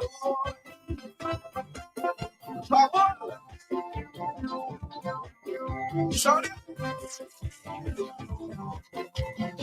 Just the true of you, unique reveal. Let every video just be speaking. On the side of the road, what them we in the train, on the wall, in the lounge. Pistol and show, loud power glow. Do what you want, people must flow. One thing I know, and you know it show. The people want it up for Q 95. I'm a cuesta, en la papa, I'm a pita, y cuesta la, hasta nota,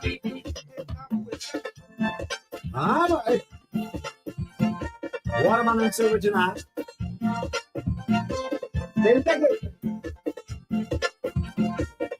Just like that. The man and son of the saint. Somebody tell my neighbor I'm a pro on how to get the money from stereo. So she come and ask me what I do. Hold on there. Because you want Let me listen carefully. my neighbor told me looking for your help from only politician. So I tell you how I plan to stand by you. To seeing them black chip passing, them two black chip to carry on heavy load. They found them black chip passing, them two black chip rub your stomach and pick your finger by your mouth. Hold on to your back. That's what I'm talking about. Wave and smile when you see them passing, yeah. And your back you will get the money. Like lettuce from me daddy. Tell me daddy. To show it with everybody.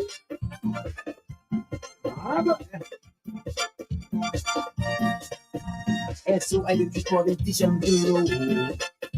I said she could do so never like so. But you mean it all that I have to do.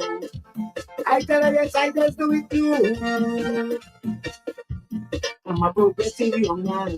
And I think as I am, see I would not in some land. That's why I tell you, all white man, to stand by the road. To fill in the black chip passing, and to black chip, to carry your heavy load. We throwing them black chip passing, and to black chip, to rub your stomach. And put your finger by your mouth. Hold on to your back. What I'm talking about. Live and smile when you see them passing. Yeah, once you're passing, we get the money. Right on cue, right on. From you, daddy, daddy. Right on cue. Tell me, daddy, daddy. You show it, show it. In every pocket. Respect the most I got.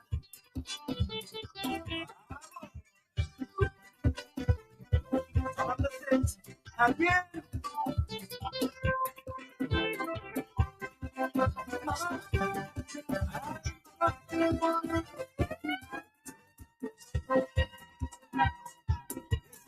For us, I got it so. For women past 30, for better than they don't know. Those they know their children. It's that they want to wear. Showing all their body. And they're spare tired. She said they just make a shoe. Suit them for wearing their time.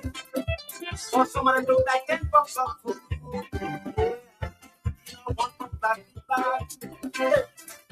Somebody should tell us women where goes that confidence there. The way they just deserve is great. All that people face.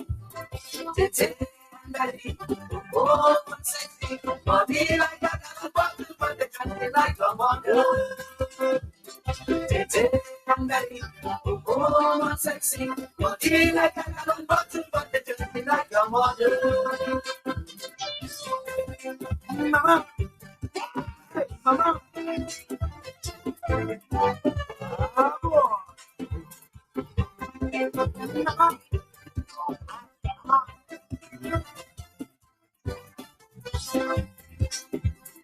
Maybe I'm from the old school, but I'm of the opinion. I'm just not so cool, but a woman must cook all the time. Already in streets of rose, so much I take it by room. So I see it public, that you know for the tourists. So if you out of proportion, do not follow style and fashion. And when you're dressing in public, consider your vital statistics. Somebody should tell those women that girls are complicated. The way they just did that, oh yeah, face. Oh, sexy, body like that, but they just like the model. Wrong foot, wrong face, wrong time.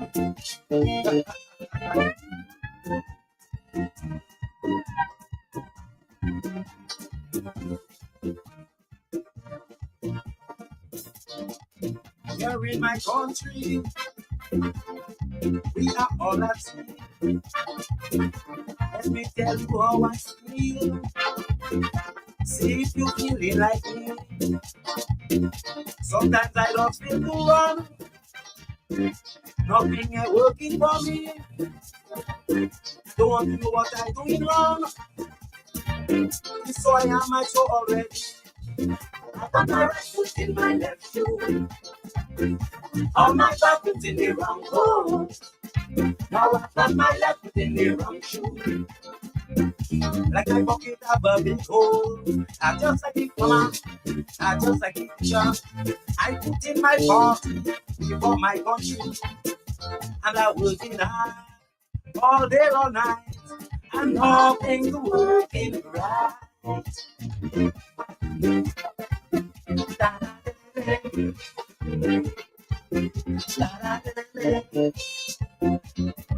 Yeah, man, the three big songs are from a Son of the Saint.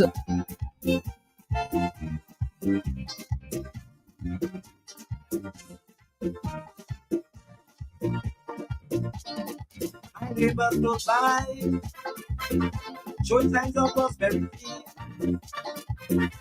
Putting shame in my eyes, not that they're better than me. I wish I had stayed in school. Those guys who look like this, success is friends taking me. All the time inside myself, you. All my thoughts in the wrong clothes. Now I put my life in the wrong shoe. Like my pocket have a big hole. I just like the doctor, I just like the lawyer. I put in my heart for my country, and I'm working hard all day, all night, and nothing working right.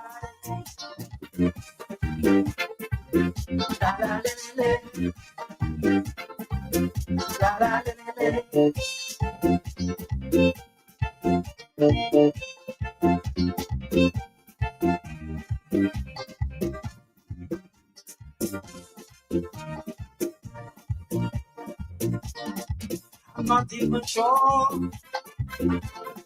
that I want to bless. I need to work more and start talking less. Now I'm ready to go before I sell my soul. I must put my best foot forward, because if you're back in the wrong hole, I got my right foot in my left shoe. All my back is in the wrong hole. Now I got my left foot in my like my pocket has a big hole. I just like in bushes and them civil the back. I put in my heart for my country, and I'm working hard all day, all night, and nothing's working right. I got my right foot in my left shoe. All my back is in the wrong hole. Now I got my left foot in the wrong shoe. Lord, I have heaviness in my soul. I just like the farmer or the custom butcher. I put in my heart before my heart. It's so simple. It's so time. I hear people talking, God slowly trembling. Hurricane sour. Who's taking something? I rebuke them in Yahshua's name. A fisherman I am, doubting my creator. When I draw my poncho, that means I catch my friend. Yes, it's me that have people jumping.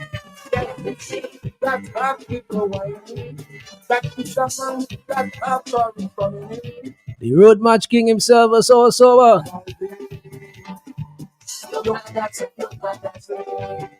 Whoa. Every kind so season. I'm taking 2 steps higher. we call this one a 2 steps higher. It's ready for the ride. To see the talented. Yeah, man, trust me, a big tune. Praises I give to the Almighty. Yeah, try to do your best. We never give up on me. You tell me I can share. To bring out the talent in you. Whoa. You tell me I can share. So what is written?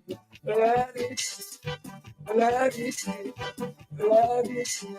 Let it be. It's our season. It's summertime. Whoa. how it's sitting. This is how it's done. When you're trying to be creative and someone to be negative, let them pop sour again and again. Who take that away? Yeah. Tell them the music can't even say. Man, it was not easy. Within them things I say. Our if she was on its way, I understood it was a comfortable blunder. They take my from to another brother. It judges piece of some pride, but that is what I already did. One minute you will see. Whoa. Every guy is so simple. I get into seven, higher and higher.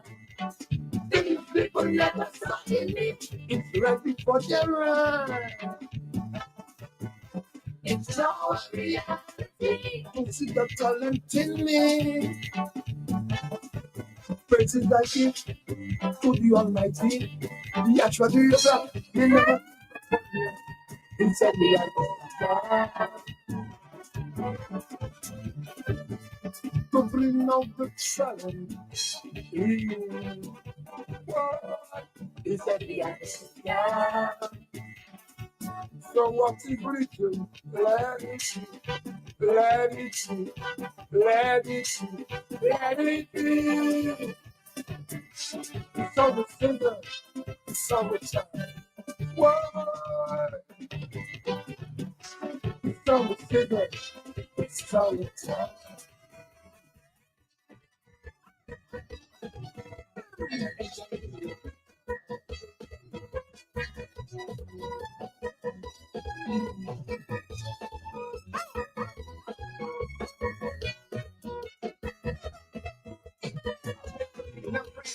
You're happy and faster. From where I stand, I see spiritual warfare.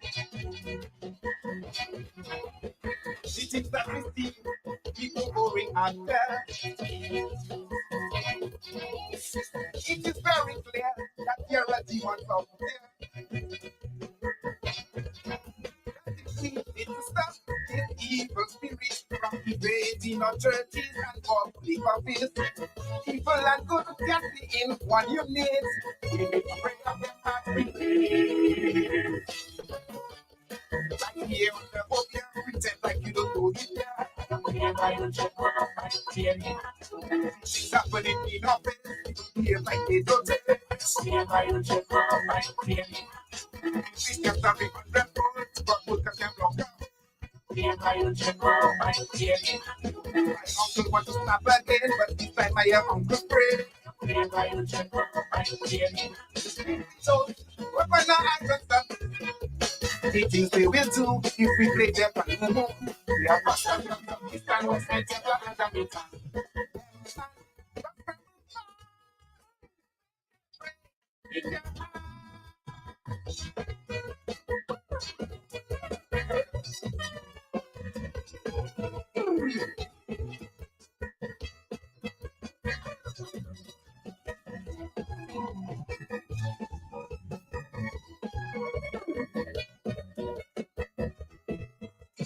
Please pray for the churches, please pray for the police.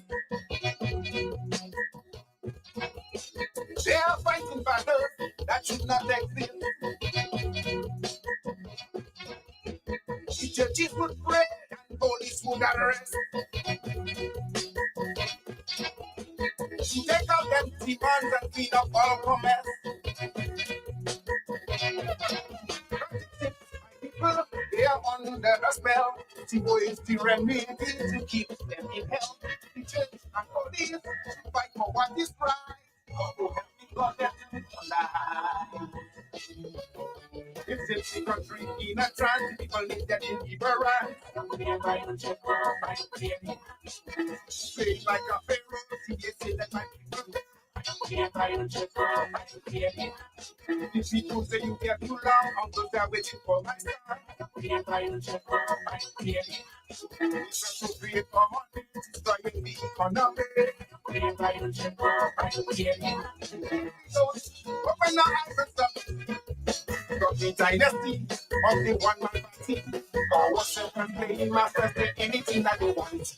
Tell man.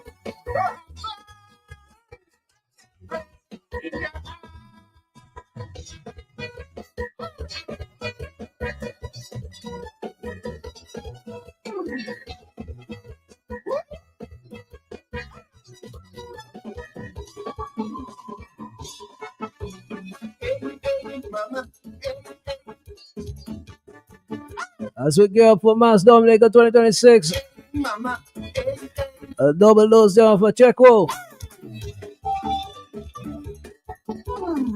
2024 and 2025, right?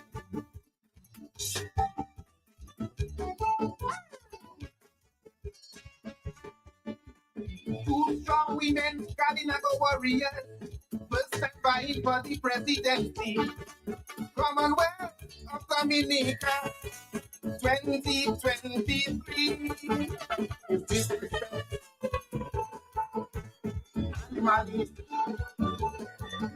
We're taking a short break after this one. In high office, the Attorney General does it well, coming December. Open his mouth and in his country, post his OAE. Now she's feeling the heat. You can't carry a drumstick, admit it. You can't receive a drumstick. Feeling it. You see a woman at the drumstick. Can't say not true. Can never mental it to tell you. No drumstick for you. You want to get to see. Can go fighting the earth since your number. Happy for the seat, I'm on time. You this one of us. You. This all of us. Hey, hey, mama.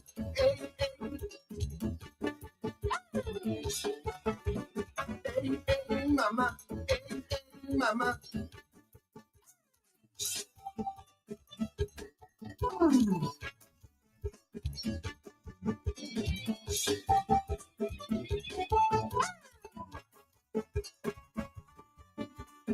Ask yourself, who paying you? Is it your boss or the people? Or is it something a woman do to help you, woman? So power it up out of place. Unsuitable for your face.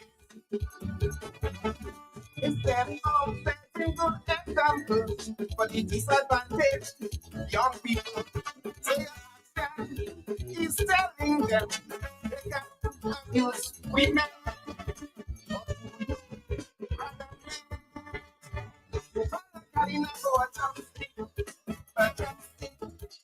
Admit it.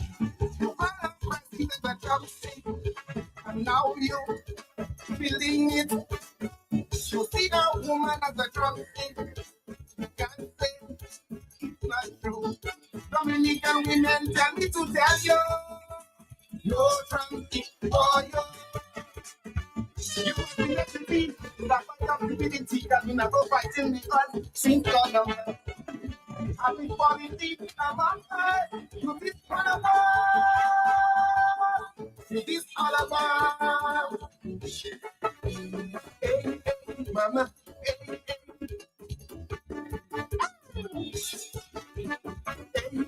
A double dose here from Checo. Mama.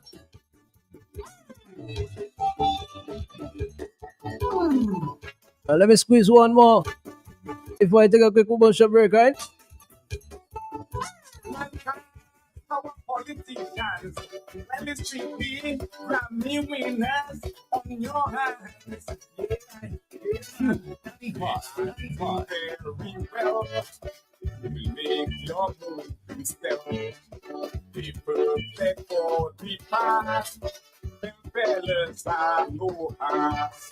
They defy every day what the Bible say. That crime can never be. They love the rain. Yes, they from the rain. They from the rain. Offshore and cave. Bear man. In Cayman.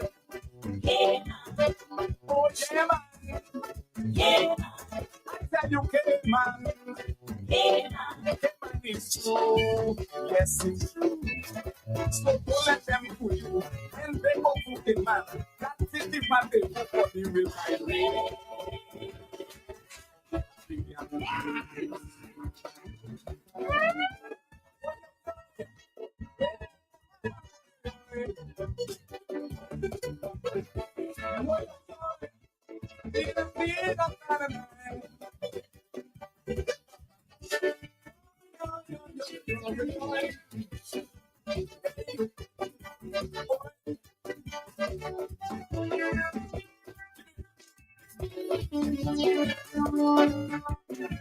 If you want travel, bring your camera and follow some Caribbean leaders everywhere. You want to wonder if they don't remember the hope and the trust of the people who put them there.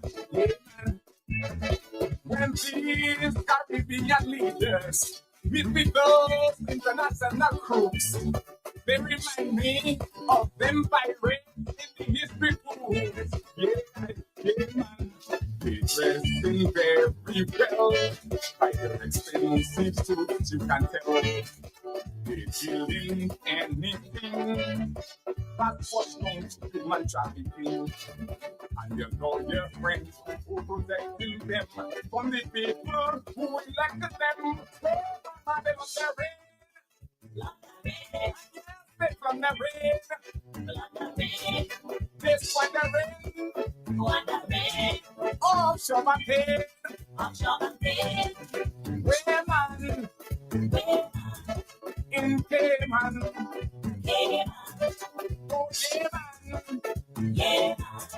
That you Cayman. Cayman is true. Yes, it's true. Man, don't let them fool you. And they go to Cayman. That is the bandage that you will find.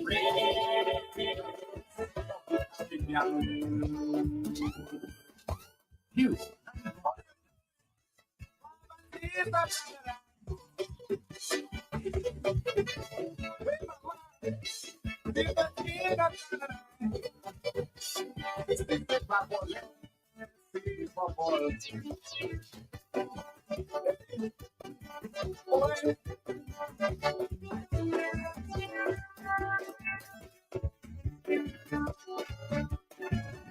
Come and send them in their homeland while they campaigning as honorable gentlemen.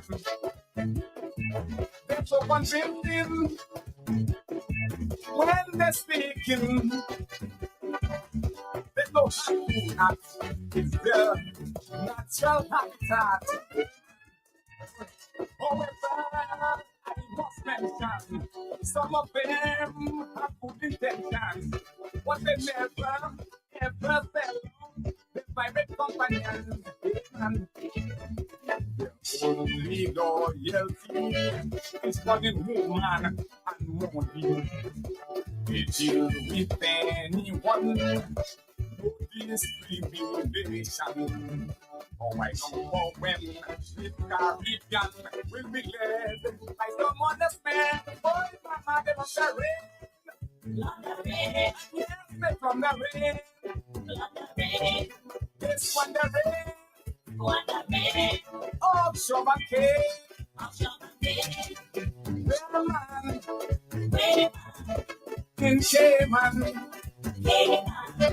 Oh, yeah, man. But I tell you hate man. Hate man is true. Yes, it's true. So don't let them put you. When they go to hate man, that is the advantage because you will find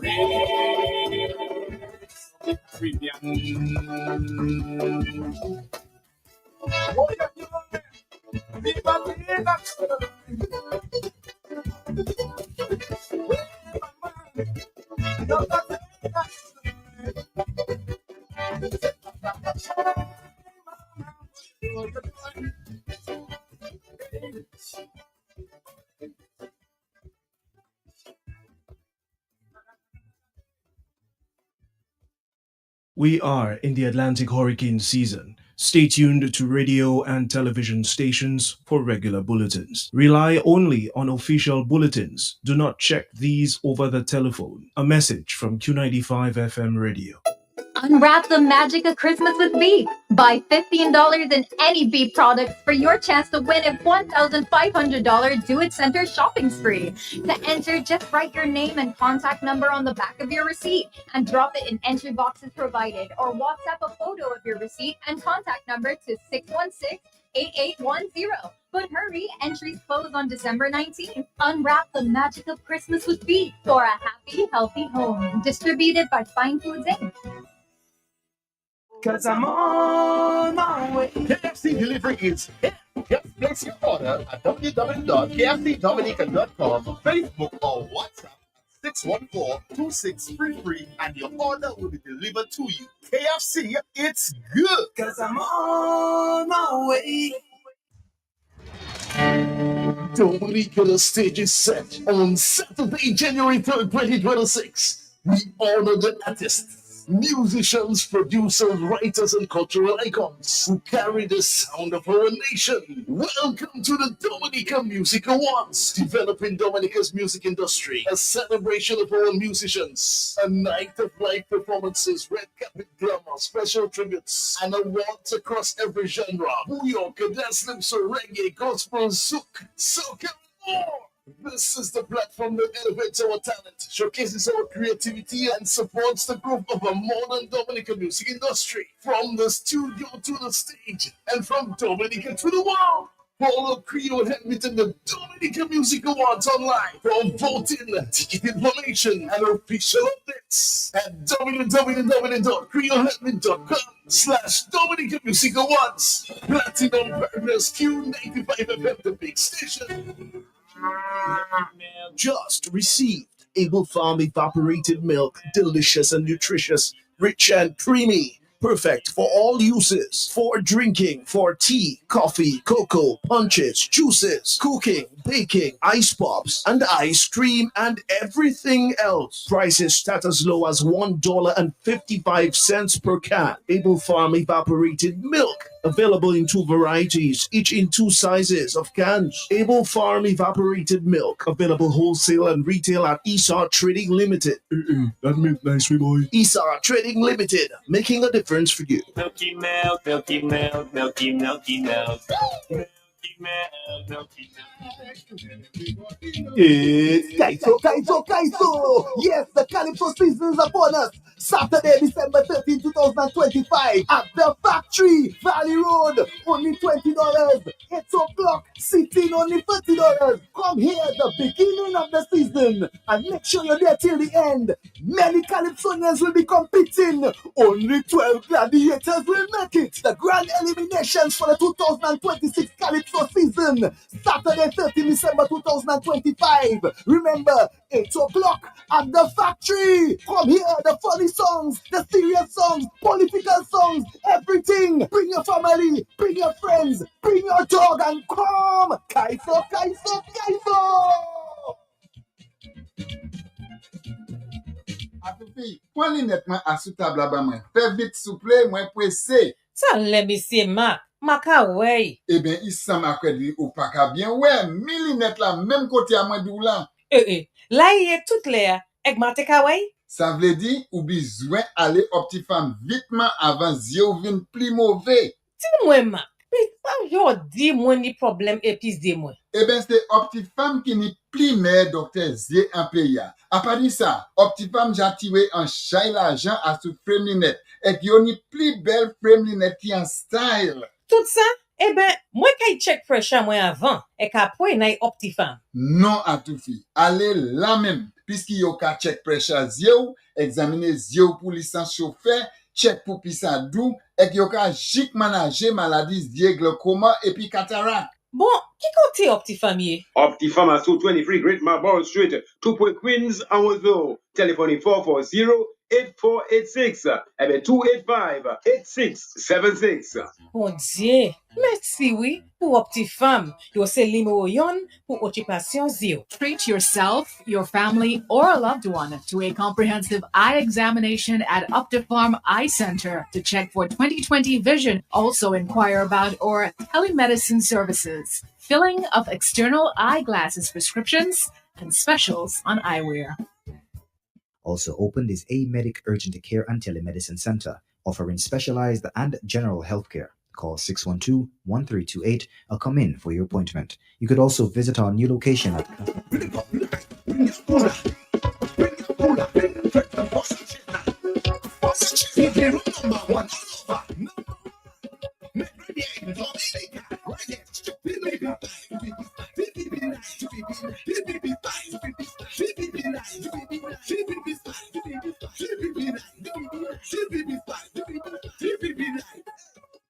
When you come in the jam, you should have a baby in your hand. When you come in the band, you should have a baby in your hand. What we drinking? DBB style. DBB nice. DBB nice. DBB style. DBB nice. DBB style. DBB nice. DBB style. DBB nice. BB Spice Rum. It's more than just a rum. BB Spice Rum, distributed by Belfast Estate. Have you ever awakened to hear sounds like these?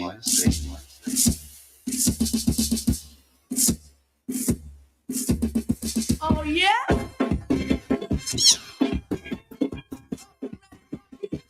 And now for something completely different.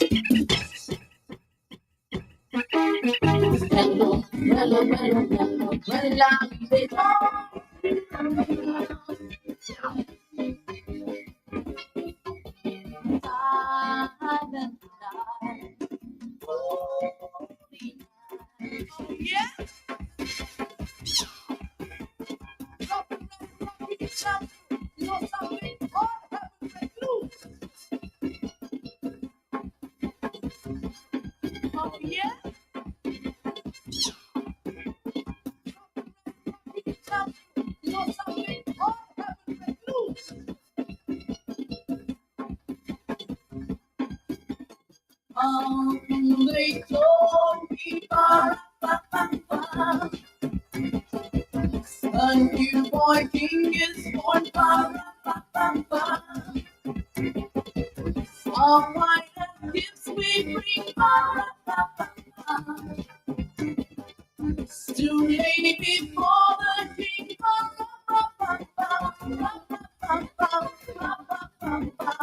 I want to rap a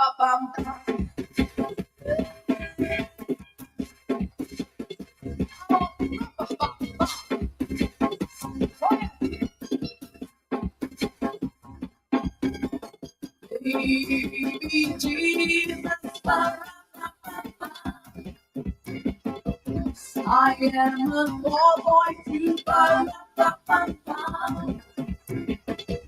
I have no gifts to bring. Let's pray to be with him.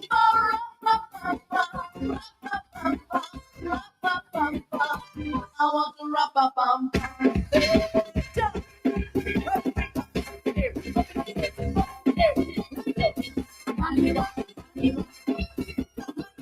Jump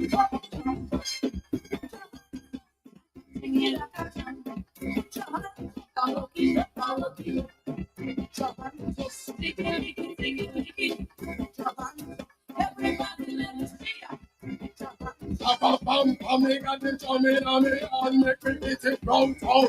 I'm not saying all while the heart is a beat. The heart just a break to the rhythm and the chop and the bass play a play. Pick it up and I cannot come in a go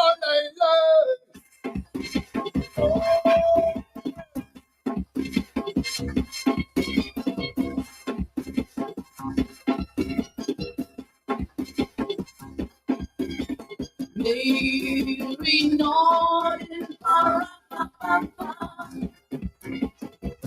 in Pop's Atlantic time. I played my love for you. I played my face for you.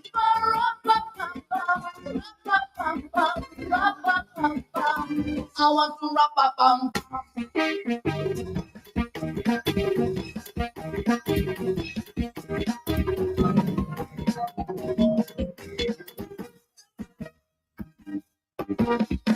Long time ago in that, so the Holy Bible say, baby's boy child Jesus was born on Christmas Day. And now here just sing a new king born today.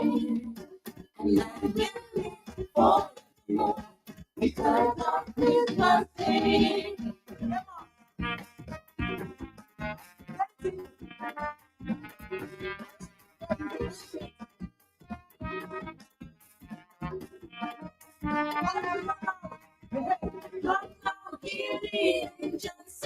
A new king born today, and I'm ready for more because of Christmas Day.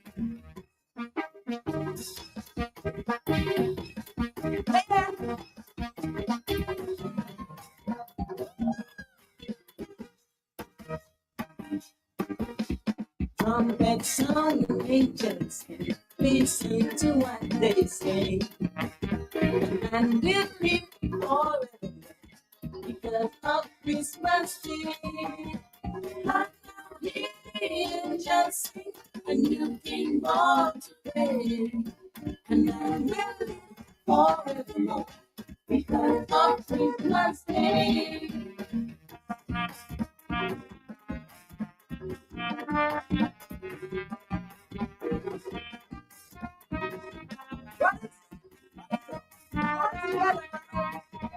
Come now, the angels sing a new king born today, and I'm ready forevermore because of Christmas Day.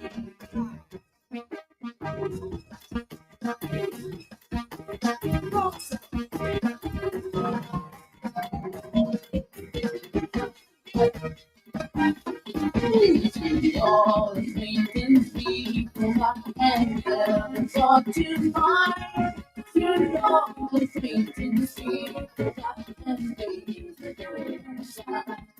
all anxiety, all anxiety, you dream what is nice, you see anxiety.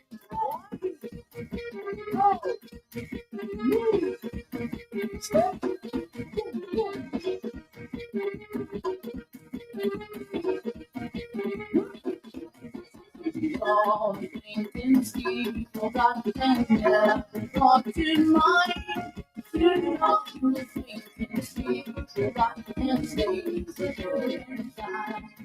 All anxiety, all anxiety. You dream what is nice, you say inside.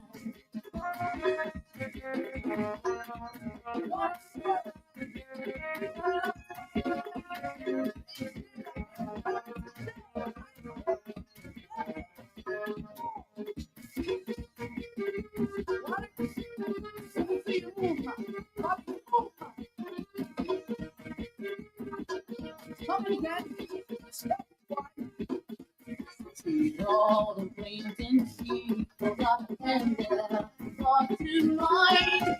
To all the places people got and they inside. Oh, no, inside my big all night. We'll bring the couple time. Say inside. I'm again. I love you, I love you, I love you, girl.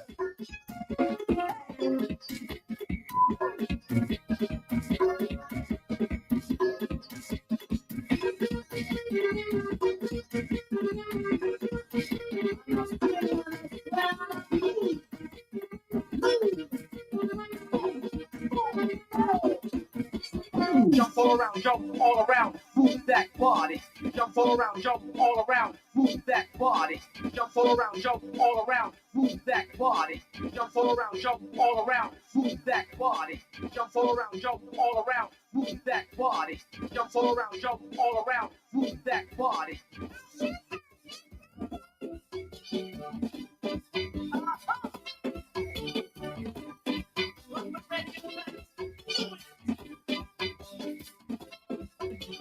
Joy to the Lord is let us receive the King. Let us prepare and we'll need to sing, and we'll need to sing.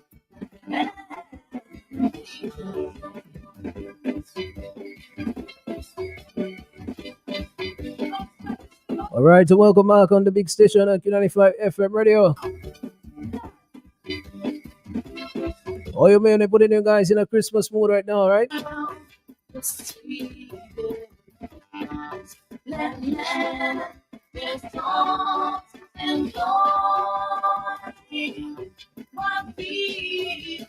Let me say a special good afternoon and going out to my cousin, Alpha Shillingford, of course. I got it locked on via Q95 Facebook page.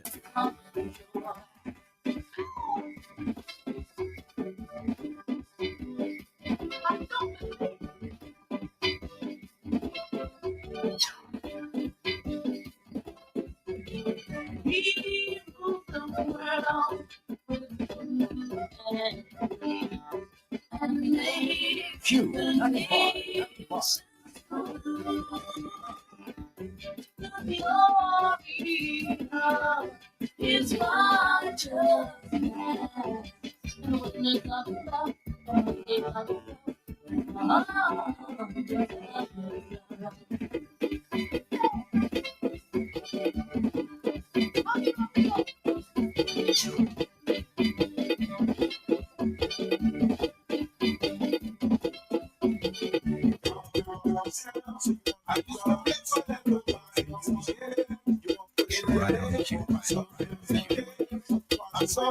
Right on the cue. Right on the cue. Focus, man. No, focus, man. No, focus, man. No, focus, man. No, focus, man. No, focus, man. No. Roll the drums.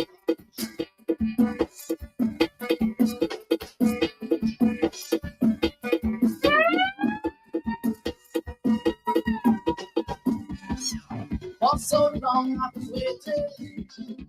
Christmas is all on my mind. I can't wait for the Christmas and the story. I've got a feeling that it's real. Silent faces everywhere. Come and join the Christmas fair. I want you all to join in the mood. Feeling like it's so mellow, mellow, mellow, mellow, mellow, mellow, mellow, mellow, mellow. She mellow, mellow, mellow, mellow, mellow, mellow, mellow, mellow. I know what they mean. Feeling down, feeling up, feeling down, feeling down, ring down, feeling down, ring down, ring down, feeling down, ring down, ring, feeling down, ring down, ring down, feeling down, ring down, ring, feeling down, ring down, ring down, feeling down, ring down.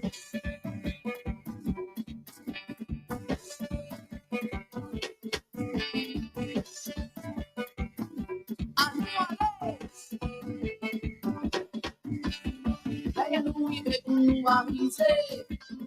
Pour les dégager, oui, mais sauver. Gagne pas mais on peut pas résister. Tout son dans rien à nicher. Ay, maman, c'est ça. Ça, c'est bien. C'est un bon, c'est déchiré. Qui a Bella, vive bella, bello, bello, bello, decide bello, bello, bello, bello, bella, vive bello, bello, bello, bello, decide ding dong, ding dong, ding dong, ding dong, ding dong, ding dong, ding dong, ding dong, ding dong, ding dong, ding dong, ding dong, ding dong, ding dong, ding dong, ding dong, Q95.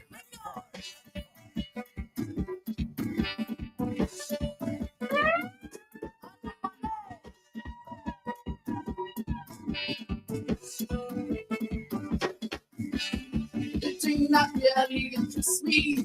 It's the feel of harmony and battle. Honey, on piece of figure of Monday. Let me vive pour moi aller. Pour moi ma way. I jump up there. Moi quand descend. I fais pas attendre. Bella, vive bella. Bella, bella, bella. Decide bella. Bella, bella, bella. Bella, vive bella. Mellow, mellow, mellow. She will be feeling dong, ding dong, ding dong, ding dong, ring dong, feeling dong, ding dong, ring dong, ding dong, feeling dong, ding dong, ring dong, ding dong, ring dong, feeling dong, ding dong, ring dong, ding dong, ring dong.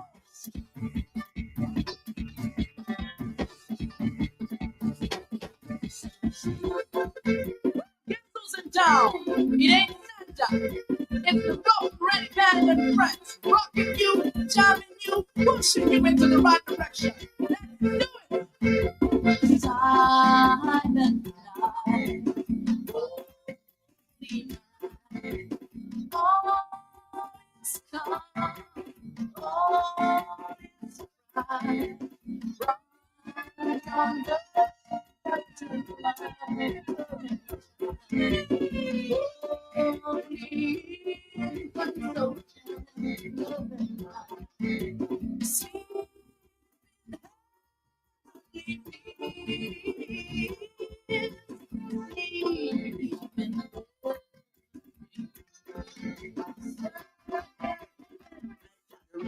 It's nothing Dominica. It's a time when people are coming together to celebrate the birth of Jesus Christ the Savior, who was born in Bethlehem without another manger. So Christmas is a time for you to be with your lover and releasing one another like a hamburger. So you can find and also ginger. Everybody in the place and them are feel proper. Silent.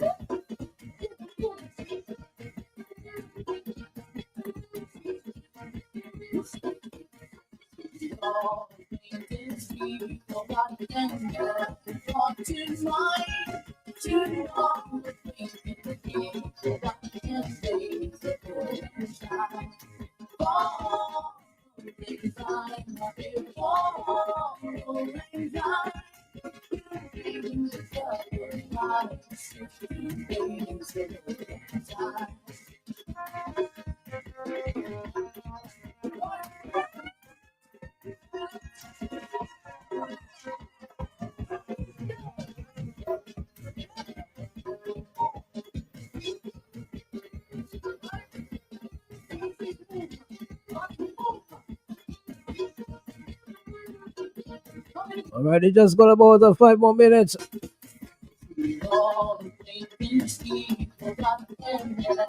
One of the biggest Christmas albums, the Caribbean, the Rough and Ready.